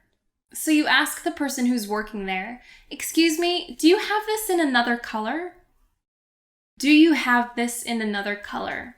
It's a way of asking, literally, if the item of the clothing that you are trying on or anything that you want to buy, you're asking if there are other variations of it, if there are other colors of that item. Do you have this in a medium? Do you have this in a medium? Instead of medium, you can put in whatever your size is. So when you're shopping, you might find a dress that you really like. You might find a jacket or a coat you really like. And you're not really seeing your size. You're looking through all of them and your size isn't here. So you ask someone who's working, excuse me, do you have this in a medium? Excuse me, do you have this in an extra small? I use this all the time when I'm shopping, so I'm sure you will too. It's a way of asking if they have your size. I want 2 of these. I want 2 of these. If you tell someone, I want 2 of these, it's literally saying, I want 2 of whatever it is you want to buy. That's all I can say about that. May I see it? May I see it? If you ask, may I see it? It's usually asking to see something that is behind glass. So for example, if you are looking to buy jewelry, you go to a jewelry store and you see a beautiful ring and it's behind glass. So you ask the person working there, "May I see this ring? May I see it?" And the person will pull it out and give it to you for you to try on in front of them so they know you're not going to steal it. Can I try it on? Can I try it on? If you're ever shopping, if you're looking for a new sweater or a new pair of jeans, you're going to want to try it on to make sure that it fits you, that it looks good, that it's your size. So if you find an article of clothing, you would go up to someone who works there and you would ask, "Can I try this on? Excuse me, can I try this on?" This is a very, very common thing that you hear in clothing stores. People always want to try on the clothing that they want to buy, just to make sure that it fits and it makes them look good. I like that one. I like that one. I like that one. If you say, "I like that one," it means you're expressing which of your options you prefer. It's probably going to be the one thing you buy. I don't like this color. I don't like this color. If you're buying a new set of plates and you're shopping and you like the style of these plates, but you don't like the color, you would say, "I don't like this color. Do you have this in a different color?" I just taught you that. Do you remember? I don't like this color. It means that you like the style maybe, but you don't like the color that it's painted or dyed or whatever. I love this color. I love this color. Maybe you have a color of shirt that you look so good in, so anytime you see it, you go, "Oh, I love this color." If you ever say, "I love this color," it's probably something that either looks really good on you or just looks really good to you. It's a color that you just love to look at. Do you take returns? Do you take returns? When you ask someone who works in a store, "Do you take returns?" it means that you bought something from the store, you brought it home, and you decided you don't really like it. Maybe when you were at the store, you didn't have time to try it on. So when you got home, you put it on in front of the mirror and you realize, "This does not look good on me," or maybe it doesn't fit. So when you come back, you'd say, "Do you take returns? I want to return this pair of these jeans that I bought. I want to return this hat. Do you take returns?" Every store you go to will have a different return policy. So it's always smart to ask what sort of return policy that store has, just in case you end up not liking the item that you buy. Do you take credit cards? Do you accept credit cards? Can I pay with a credit card? These are all ways to ask if you can use your credit card to pay for whatever purchase you are making. Sometimes stores or restaurants only accept cash, and it's always smart to know ahead of time before you do all your shopping and then realize you don't have any cash and you only have a credit card. So you can say, "Do you take credit card? Do you accept credit cards? Can I pay with my credit card? Can I get a receipt, please? Can I get a receipt, please? Can I get my receipt, please? So I know you didn't scam me." A receipt is a proof of purchase. It's something that you use to keep track of the money you've spent, to keep track of everything you've bought. It's a little slip of paper that shows the item and how much you paid. This is something that helps both you and the company. The company will have a record of having sold this thing to you, and you will have this as a record of how much you paid. And if you save the receipt, you can use that to do returns. Can I use this coupon? Can I use this coupon? A coupon is a discount that a company offers to use at their store. A coupon is something that you have to show to the cashier when you make your purchase. So if you find a nice coat that you love, You would go and pay for it and present your coupon. If you have a coupon, it means that you are getting a discount, that you will have to pay less money for the item. Coupons are great to have, and companies that give out coupons are awesome. It helps you save money. Could you gift wrap it, please? Could you gift wrap it, please? To gift wrap something means to put wrapping paper and make it look like a present. So around the holidays, when people are buying presents for one another, a lot of times you will hear people saying, "Could you gift wrap it, please?" Which is telling the other person, "Look, this is going to be a gift. Can you make it look nice? Can you make it look like a present?" And sometimes that'll mean gift wrapping paper or putting a nice bow on top. To gift wrap something means to present it to look like a gift. Are there any sales going on? Are there any sales going on? This is a very hopeful question to ask in a store. You're asking if there are any sales at this time. A sale is a period of time with discounted price. It means you are going to pay less, which means saving money.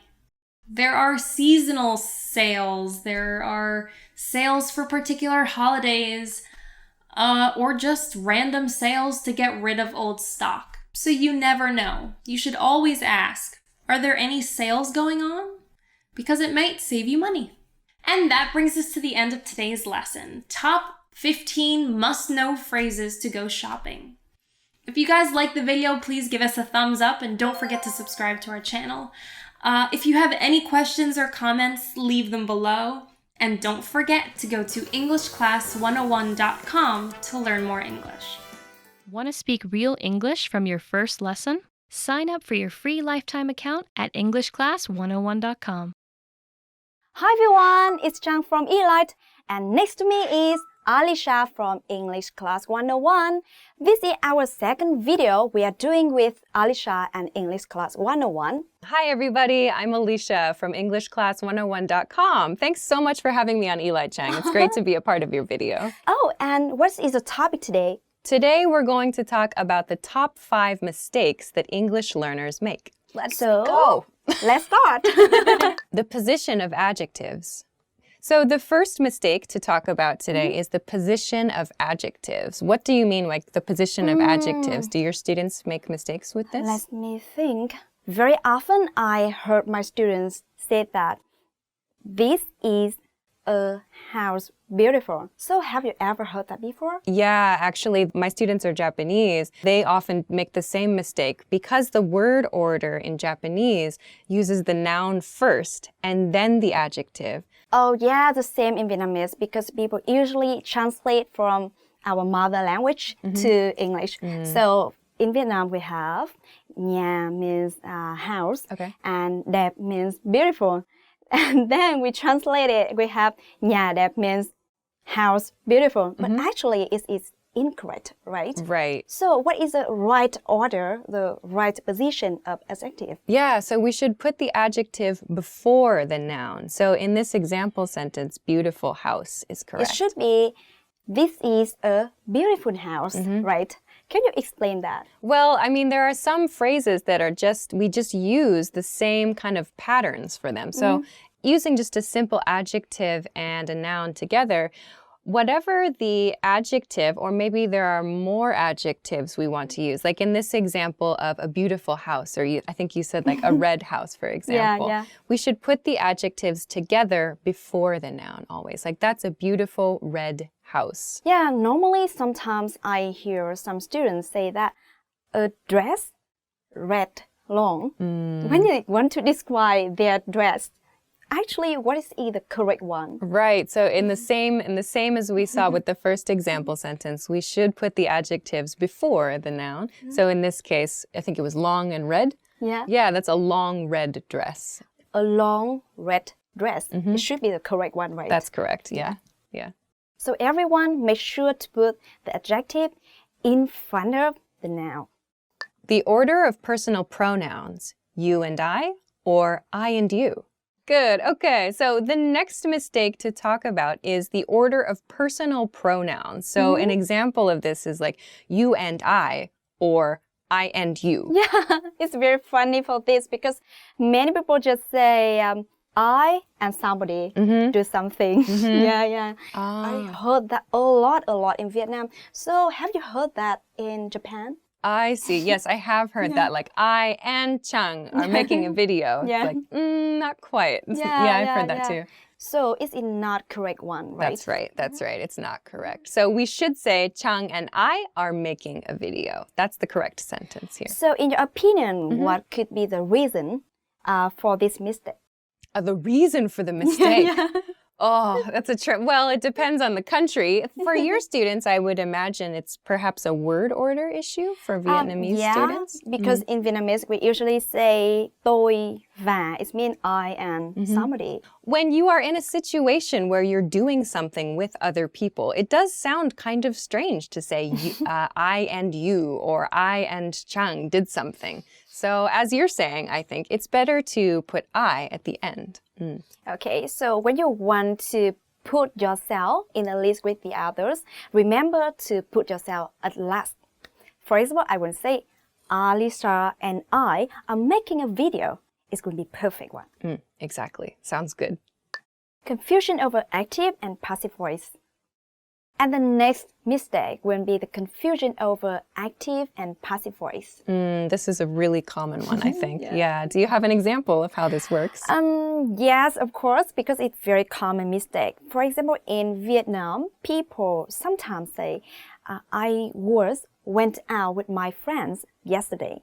That's a perfect example of like it's better to use just a simple active voice to explain that. I went out with my friends yesterday. Yeah, it should be I went out with my friends yesterday. It's because in this case it's the active voice, right? Exactly. It's not passive. It's not passive in this case. Exactly. Yeah. Okay. I've heard another example of it, like something, just a simple action, like an everyday action, like in passive voice, the door was opened by my teacher, for example. It's like a sentence like that, we can understand the sentence, but it doesn't need to be in passive. Yeah, and it's not natural, right? That's right. Yeah, we should say that my teacher opened the door. Yeah. It's natural and it's easier to communicate, I think. Exactly. So if you're thinking like, how do I know when should I use active voice? When should I use passive voice? When you want to express like the person doing the action is not so important, or you don't know who did the action, like for example, if your phone was stolen. Yeah. But we don't know who stole the phone. So we don't use know. passive voice. Use passive voice then, yeah. Or if that person is not important, use passive voice. Yeah. And sometimes if you try to translate from your mother language into English, so don't try to translate word by word. So another daily life example could be like maybe my mother cooking dinner, for example. So I could say, my mother cooked dinner in the active voice, or dinner was cooked by my mother. In that sentence, in the active sentence, it's clear who is the person who cooked dinner. It's my mother. Like she's the important part here. If I say dinner was cooked by my mother, so dinner is more important than my mother. Exactly. So it sounds not so nice. So dinner was cooked by my mother. I love my mother a lot. So. Me too. So it's like we should say my mother cooked dinner. That's a much better choice. Yeah. So for daily use, we should use active voice. Active voice is very nice. Incorrect use of present continuous. So number 4 would be incorrect use of present continuous. That's a very common problem I've heard. Absolutely. So using the continuous with a verb that we probably should not use the continuous form with. Yeah, for example, if I want to say that I love my boyfriend a lot, people will say that I am loving him. I'm loving him. Normally, we just say, I love him. We don't need to put it in present continuous in this case. Or when people talk about the sports or their hobbies that they enjoy, they might say, for example, I am liking baseball. or I am liking football, for Yeah, example. But in the same way, we should not use the continuous tense there. Let's just use the simple present tense. I like baseball. I like football. So when you're using these like mental state or emotion or feeling verbs, usually we use them in the simple present tense. Of course, sometimes we use a word like thinking. Yeah, but sometimes I still hear that people say, I'm thinking about Right. something. Exactly. So why we use think in kind of present continuous, and in which case we don't use that in present continuous? Exactly. Well, in that case, that's a perfect example using the word think in the continuous tense. That's sort of like an action. Like at that moment, I'm thinking about something. That's an action in my mind. That's an action. Yeah. Exactly. So in that case, it's okay to use it in the continuous tense. So we have to clarify the verbs is an action or the verbs is kind of emotional state, right? Exactly. A status. Your example of like, I am loving my boyfriend. It sounds a little like, like, well, that's a little different. Like, but what other crazy examples can we think of? Like, oh, sometimes my students say understanding. They use it like they say like I am not understanding. I'm like thank you. That's very helpful for me. But you should say I don't understand. I don't understand in the present tense. Okay. Yeah. Alicia, so can you give us some verbs? Usually in simple present, not in present continuous. Yeah, so we talked about, for example, like and love, know and understand. Fear, hate. Yeah. A lot. Yeah. Exactly. So those very like emotion related words, those are definitely good examples of this. So just make sure to think about your verb. Yeah. Think. Think. Are you thinking about your verbs? Answering the negative questions. And the next mistake, and a very common mistake, is answering the negative question. Answering negative questions. So, for example, a question that begins with a negative word, right? Yeah. Exactly. Okay. For example, I will take an example. Okay. Yeah, for example, people will ask you, don't you want to learn English? Don't you? Don't you? Yeah. Yeah, don't you want to learn English? People will say, yes, I don't. Or, no, I don't.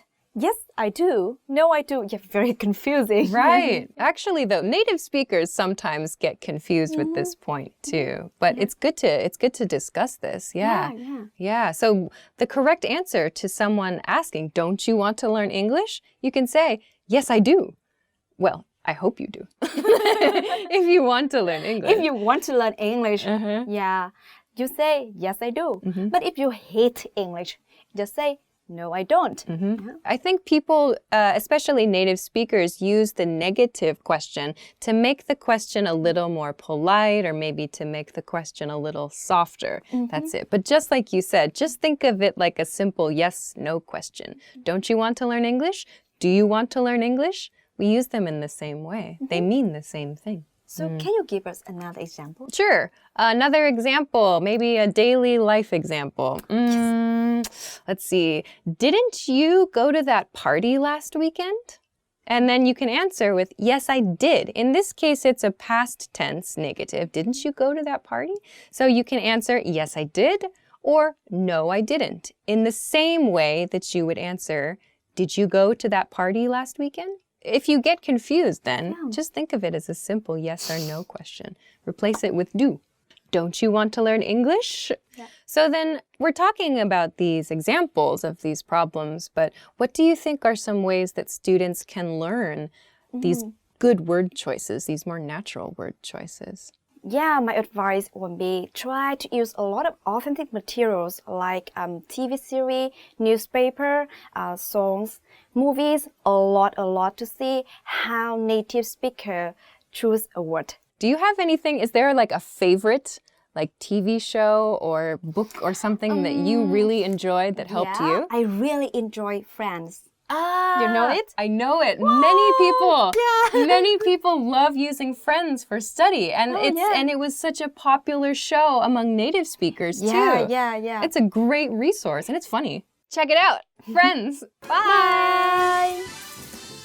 Usually like the teacher's surname, so like Mr. Johnson or like Ms. Smith. Didn't you go? Didn't you go? Sounds a little suspicious, right? You know, maybe you're checking your friend, like, didn't you go to that party last weekend? No, do you want to study with us? Oh, should I say it one more time, a little less silly? Good one! Yeah! Now you have a video of us fixing our hair. Hi everybody, welcome back to Top Words. My name is Alicia, and today we're going to talk about 10 ways to improve your writing. So let's go. Don't use text speak. Okay, so the first tip to improve your writing is don't use text speak. Text speak. By that I mean, for example, like BRB or LOL or those kinds of words. The words that you use on the internet, like SNS or in text messages with your friends, those very short, like slang words, TTYL or LMAO or those sorts of acronyms, do not use those in your formal writing. If you are writing a letter, a business email, whatever, do not use those. The only one that you can use in a business email, so not in a letter of recommendation, not in a formal letter, but the only thing you can use that's sort of text speakish is the acronym FYI, which means for your information. You can use FYI in a mail to your colleagues, in an email to your colleagues or your coworkers, but usually it's with somebody you have a good relationship with. You can say FYI in those cases. Other text speak, other acronyms like that, don't use them. You will sound immature, you will sound too casual. Not a good idea. Use proper punctuation. The next hint is to use proper punctuation. Proper punctuation. Punctuation, for example, we have commas, we have periods, semicolons, colons, apostrophes, quotation marks, parentheses. All of these are punctuation marks, the little points in our writing that tell readers where to stop reading or how sentences are connected.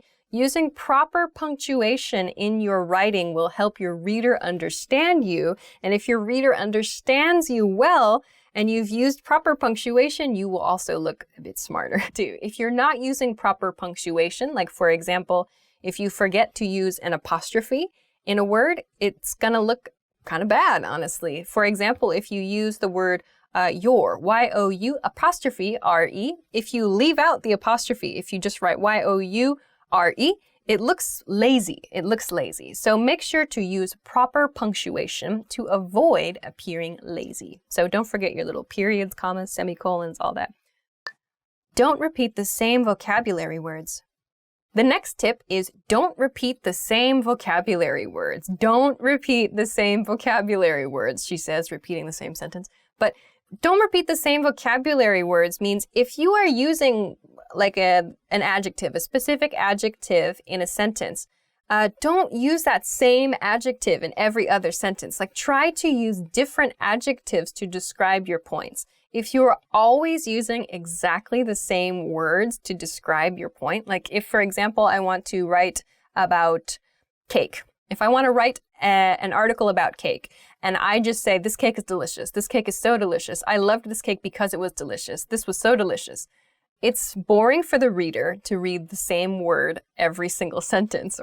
And also, you're not really communicating very much. If I just use the word delicious to describe a cake, the reader doesn't understand why the cake is delicious. So give more detail. When you're sharing your opinions, of course, this time it's a very simple opinion about delicious cake, but use a variety of different adjectives.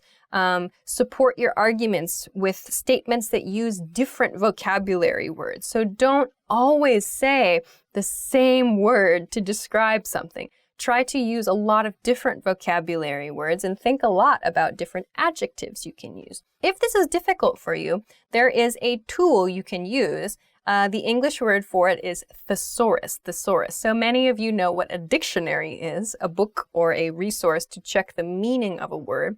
But you can also use what's called a thesaurus. With a thesaurus, you can search for synonyms, words which have the same or similar meaning as other words.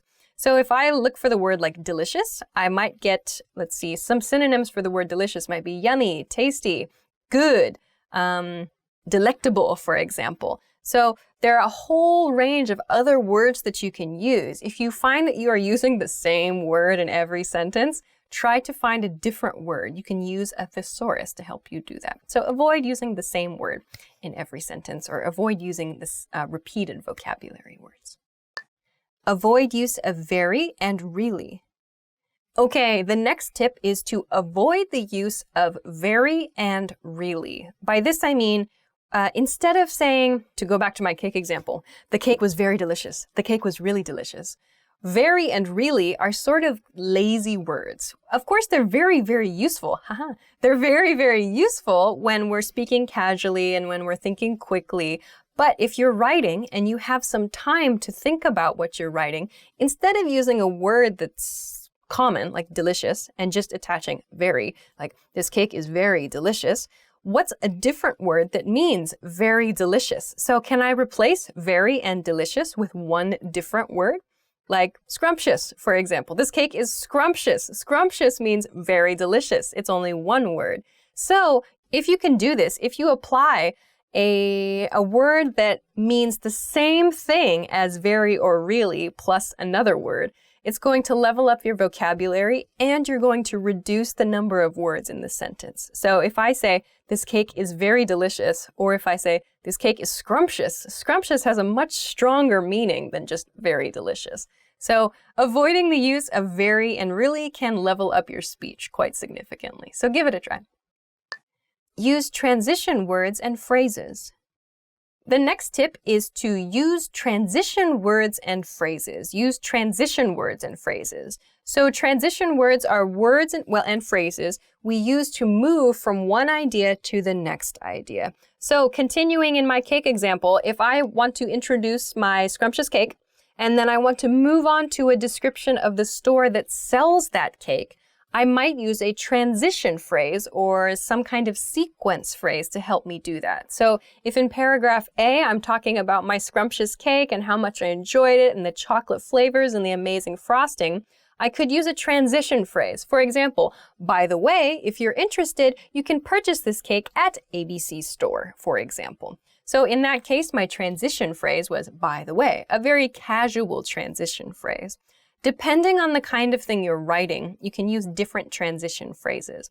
If you're writing an academic paper, for example, when you want to add information, you can say additionally, moreover, furthermore.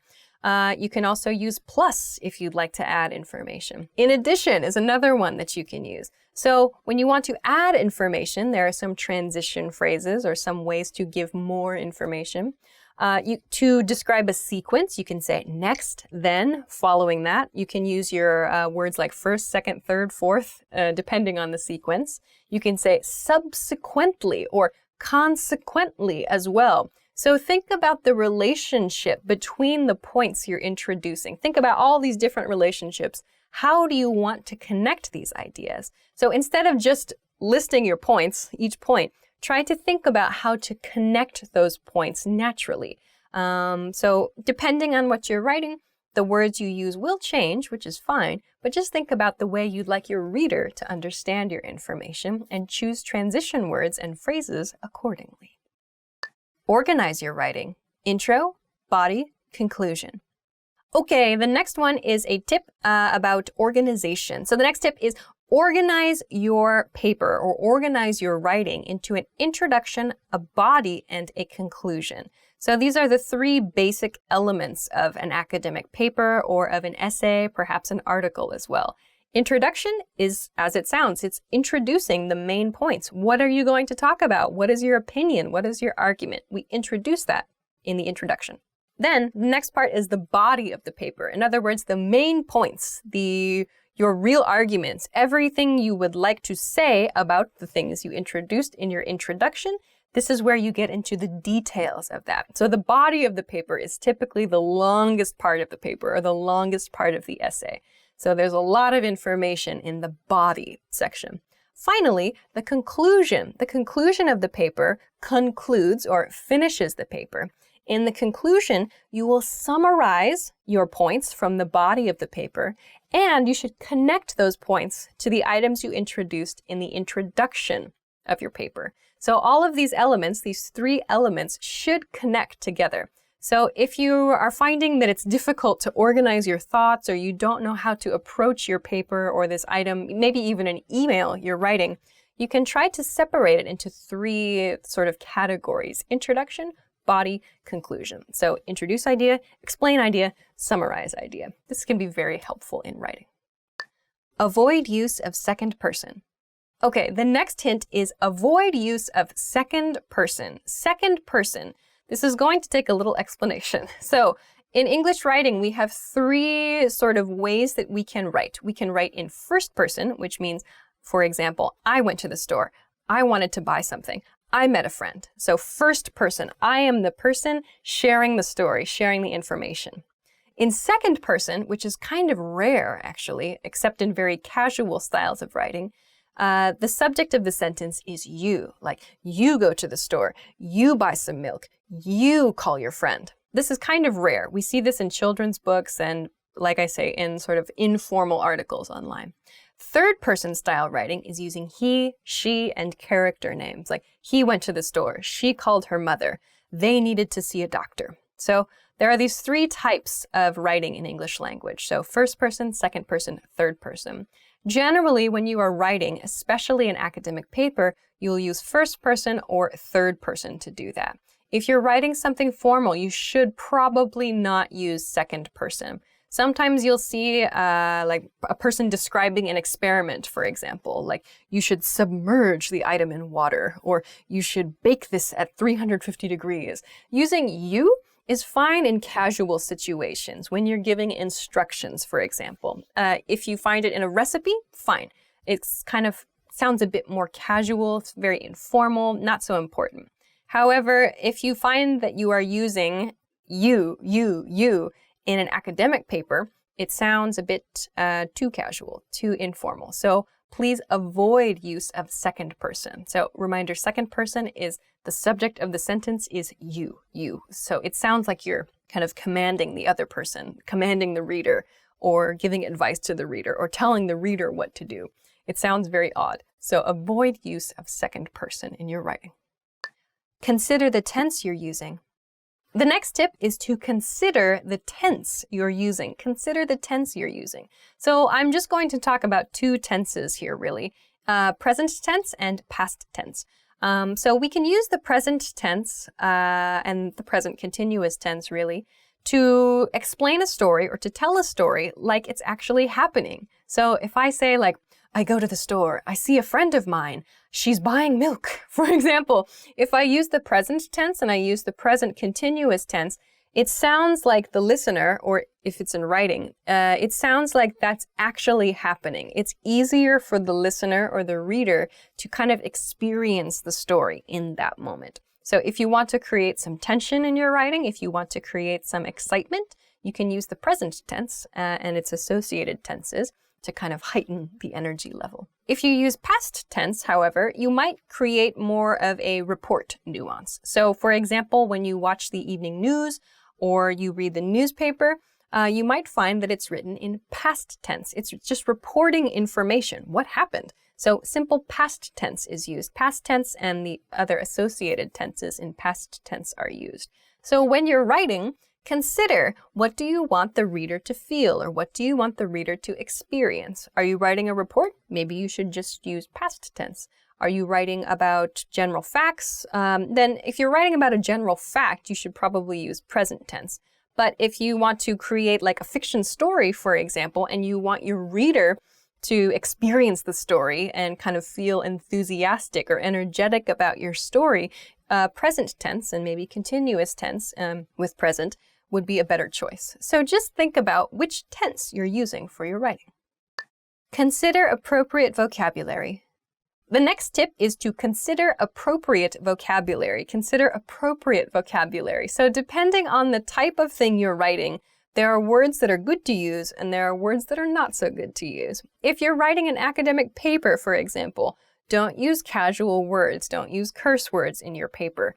Don't use anything that could be interpreted or could be understood as informal. If you're writing something very casual, on the other hand, it's fine to use casual words. It's fine to be informal, to be a little bit funny. And it might sound strange if you do use informal words or extremely polite words. So consider the appropriate kinds of vocabulary words to be using depending on what you're writing. Learn to use references.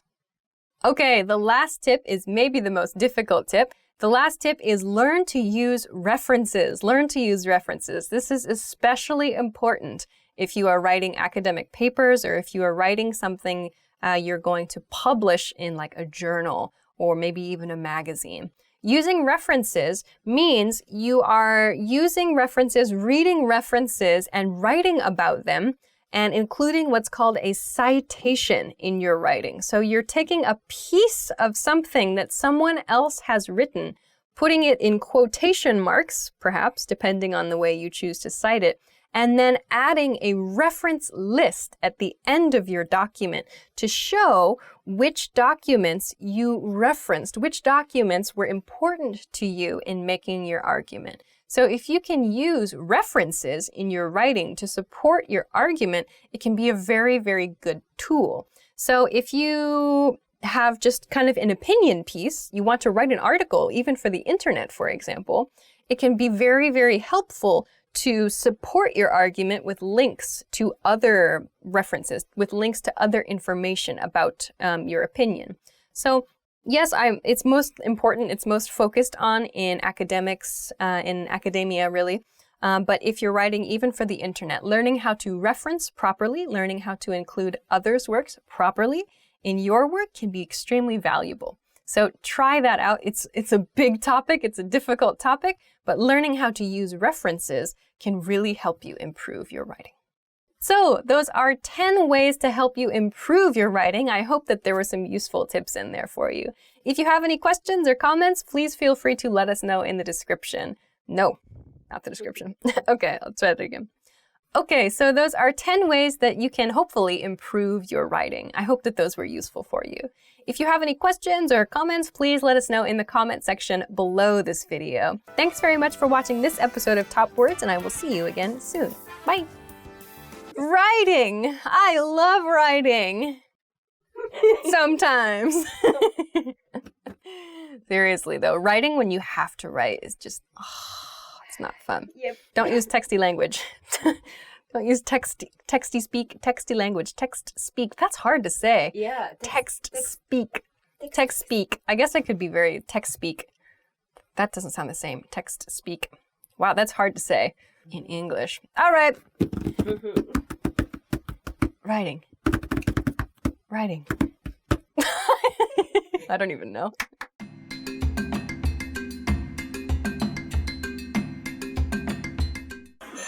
Hi English Class 101 listeners, we're here in Moshi, Tanzania, and we're about to climb Mount Kilimanjaro. So here are the top 7 phrases you need to know when climbing a mountain.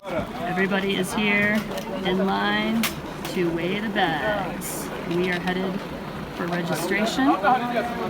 Give our passports, sign up so everybody knows we are officially on this trek. There are a lot of people in each team of climbers. We've got about 25 climbers waiting to go back into the vans to start the trek, and then over here you've got the little area where the trekkers are waiting.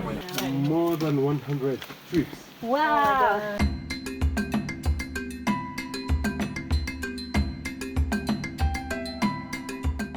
To pitch a tent. So to pitch a tent means to put up a tent. And we are very lucky here in Kilimanjaro that the crew is pitching the tent for us. Jumbo! Jumbo!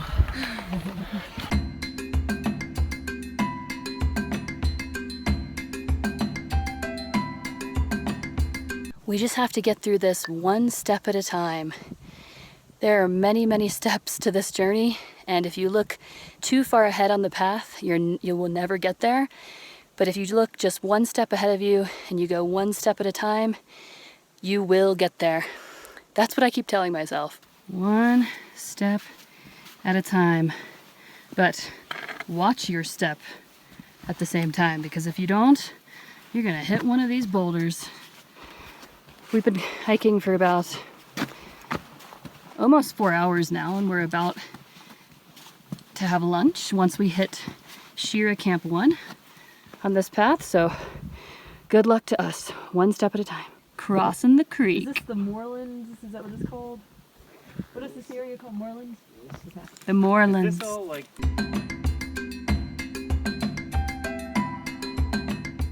The next phrase is out of breath, or to be short of breath. So we've been climbing now for 3.5 hours.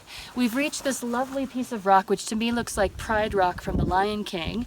But there have been several times when I have been out of breath. So it's only natural climbing. I'm sure it happens to you sometimes, but I need to sit down. Thank you.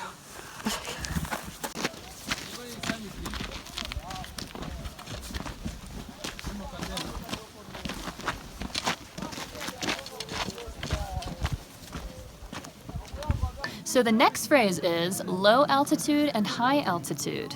So low altitude means you're closer to sea level. So at 0 meters, you are at sea level. And we are now here at Shira 2 Camp, and we are at 3,850 meters above sea level. So we are now at quite a high altitude. So low altitude, high altitude. And tomorrow we're going even higher. Can't wait. We're on the Barranco wall right now, waiting our turn to climb. How are you doing, Nicholas? Yeah, how many? Well, I know you've climbed this wall like 150 times, you said. Yeah, so many times. There's quite a line. I don't know. I am so in awe of these porters, though. We don't know how they can carry chairs and tents and everything else. Wow. Okay, here we go. Stand up for your right. Hey! Warriors! Let's get together and feel alright. Sasa niko kazi, sasa niko huko Barranco. Unajitengenezea matatizo kwa watu walioko mjini. Ya nini tena? Sasa bro. Ocha. Afrika.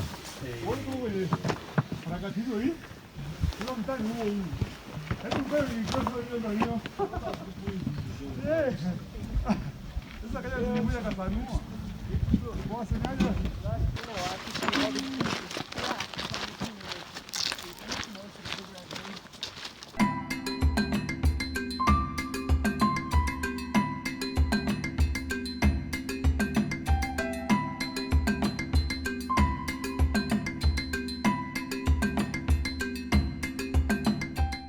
Getting on the road again in the morning can be quite a challenge.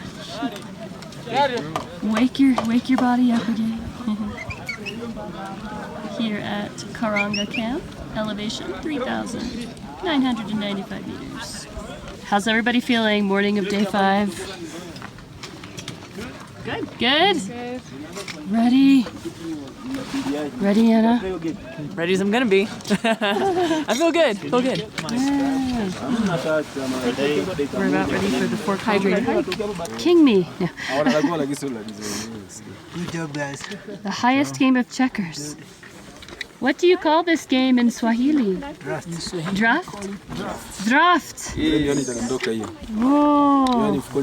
The next phrase is to rise to the challenge. So late tomorrow night, we need to rise to the challenge or get ourselves ready and prepared to take on the challenge of climbing to the top of this mountain, Mount Kilimanjaro, which is our whole goal from the very beginning. So we are going to rise to the challenge. I think we can make it. Let's see what happens tomorrow night. Last stretch to the summit. The sign is just down here. Oh yeah. We made This it. side. We arrived to the We made it. to the top. It was the hardest thing I've ever done, but we did it. The next phrase is summit, which is the highest point of a mountain. We are about to summit Mount Kilimanjaro, which is 1 kilometer past this sign called Stella Point. Ms. Nikki on our team, being a diplomat, says she absolutely loves to fill out paperwork.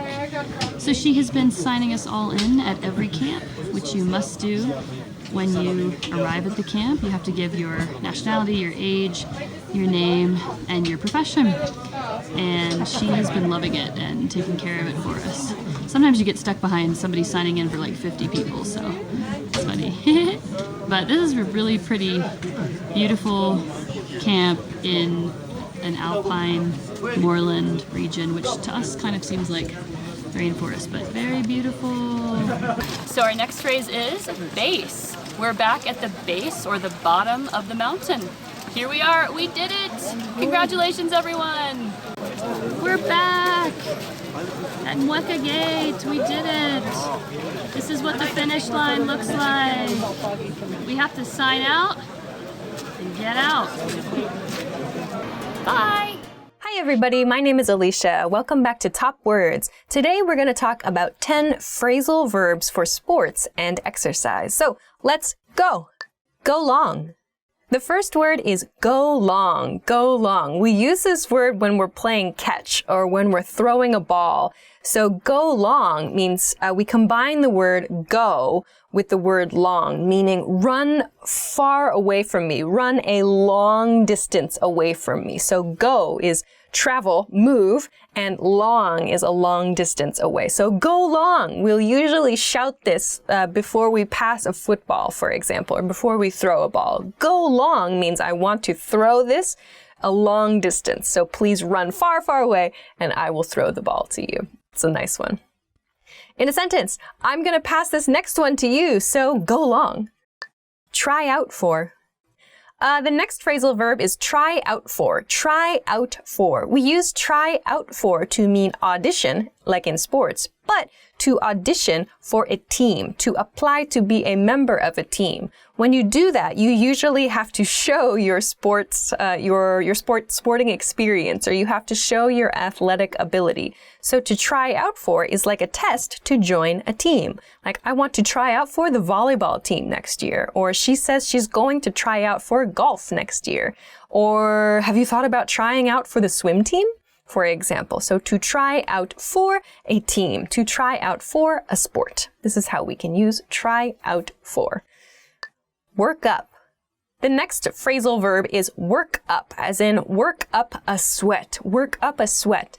We use work up a sweat to mean cause your body to sweat because of exercise. So by doing something active, like doing sports or running, for example, anything active with your body, we cause our bodies to sweat. And we use the expression work up a sweat to express that.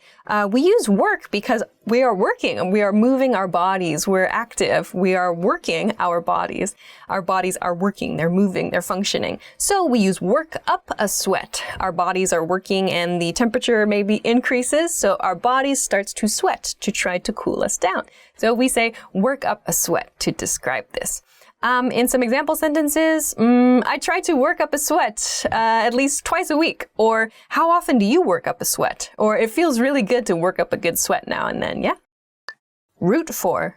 The next expression is root for. Root for. We use root for at sporting events. So root for means support a team. So to root for, like I'm going to root for the football team, or I'm going to root for my country's team, or I'm going to root for my city's team. Root for means support. So I like to root for my college team every year.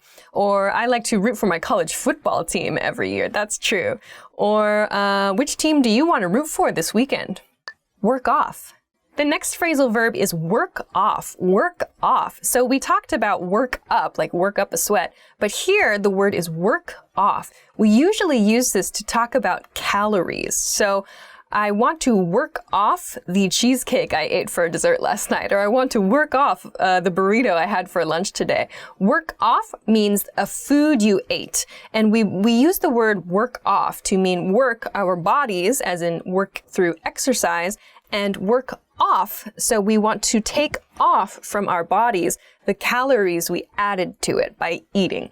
So example sentences would be, yeah, I want to work off the cheesecake I ate last night. I want to work off all the pizza that I ate last weekend. Or, do you want to come with me? I'm going to go work off all these ice creams I've been eating lately, for example. So work off means to exercise with the intention of taking off or taking away calories from food. So if you're dieting, or if you're trying to become healthy, or you just want to exercise away some extra calories, you can use the expression work off, to work off a food, to work off some calories.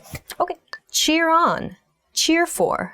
The next expression, or maybe pair of expressions, is cheer on or cheer for. So I talked about the word root for, and cheer on and cheer for are very similar. We use them in pretty much the same way. So we use cheer on usually before a team name, like I'm going to cheer on my high school team, or I'm going to cheer on my son or daughter's team this weekend. We can also use cheer for. I'm going to cheer for my high school team. I'm going to cheer for my college team. Because we're using the word cheer, it sounds like we're going to use our voice or use our bodies to support that team.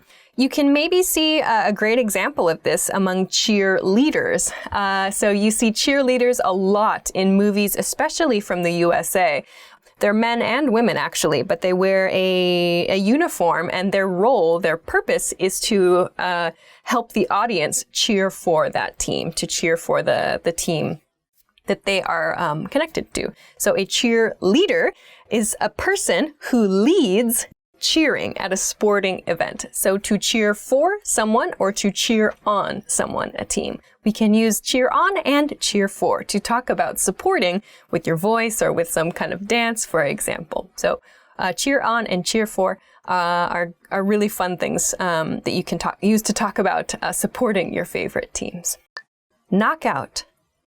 The next expression is knock out, or you might see KO as well. Knock out means to usually through a punch or through some kind of physical action to cause someone to lose consciousness. So it doesn't mean to kill someone. It doesn't mean someone dies, for example.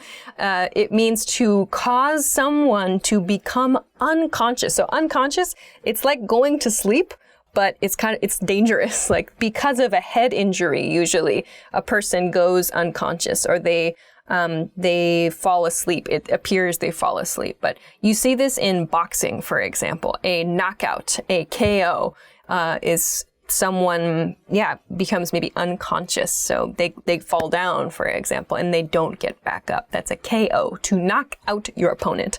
So we see this a lot in boxing, perhaps in other sports occasionally, but I think primarily it's used in boxing. So to knock out your opponent, or like he's going to try to knock out his opponent in the last round, or did you see that guy get knocked out last night? You can use knock out outside of sports, but it's usually used for fights. Like, I saw a guy get knocked out outside a bar last night. So we can use this outside of sports, but it's usually for like fighting situations. Okay, workout. The next phrasal verb is work out. Work out. This is one that many people seem to struggle with when they see it. So it does not mean, it has no connection to actually working. To work out means to exercise, to exercise. We use this as a set phrase, work out. It means exercise, that's it. So I want to work out 3 times a week, or I went to the gym for a workout last night, or do you want to work out with me this weekend? Work out means exercise, always. Warm up. The next expression is warm up. Warm up. So warm meaning warm your body, so increase your body's temperature, and up meaning to increase something. Again, so warm, becoming warm, and up, temperature, like increasing temperature. So before you begin some kind of exercise or some activity, it's common to begin with a warm up, a short kind of easy exercise to prepare your body to work out, to exercise. So a warm up is often included in an exercise routine. Warm up is the phrasal verb we use. So example sentences, I like to do a 5-minute warm up before I go jogging. Or what do you usually do for your warm up? Or I think it's really important to do a warm up before you start working out. Cool down. All right, the last one for today is cool down. Cool down is really the opposite of warm up. So we use warm up to explain raising our body's temperature before we do a workout. Cool down is used to explain cooling the body's temperature after a workout, reducing our energy levels after a workout. For example, I think it's important to take 5 minutes to cool down after your workout. Or what kind of things do you recommend for cooling down after your exercise? All right, so those are 10 phrasal verbs that you can use when talking about sports and when talking about exercise. I hope that those are useful for you. Thanks very much for watching this episode of Top Words, and I will see you again soon. Bye!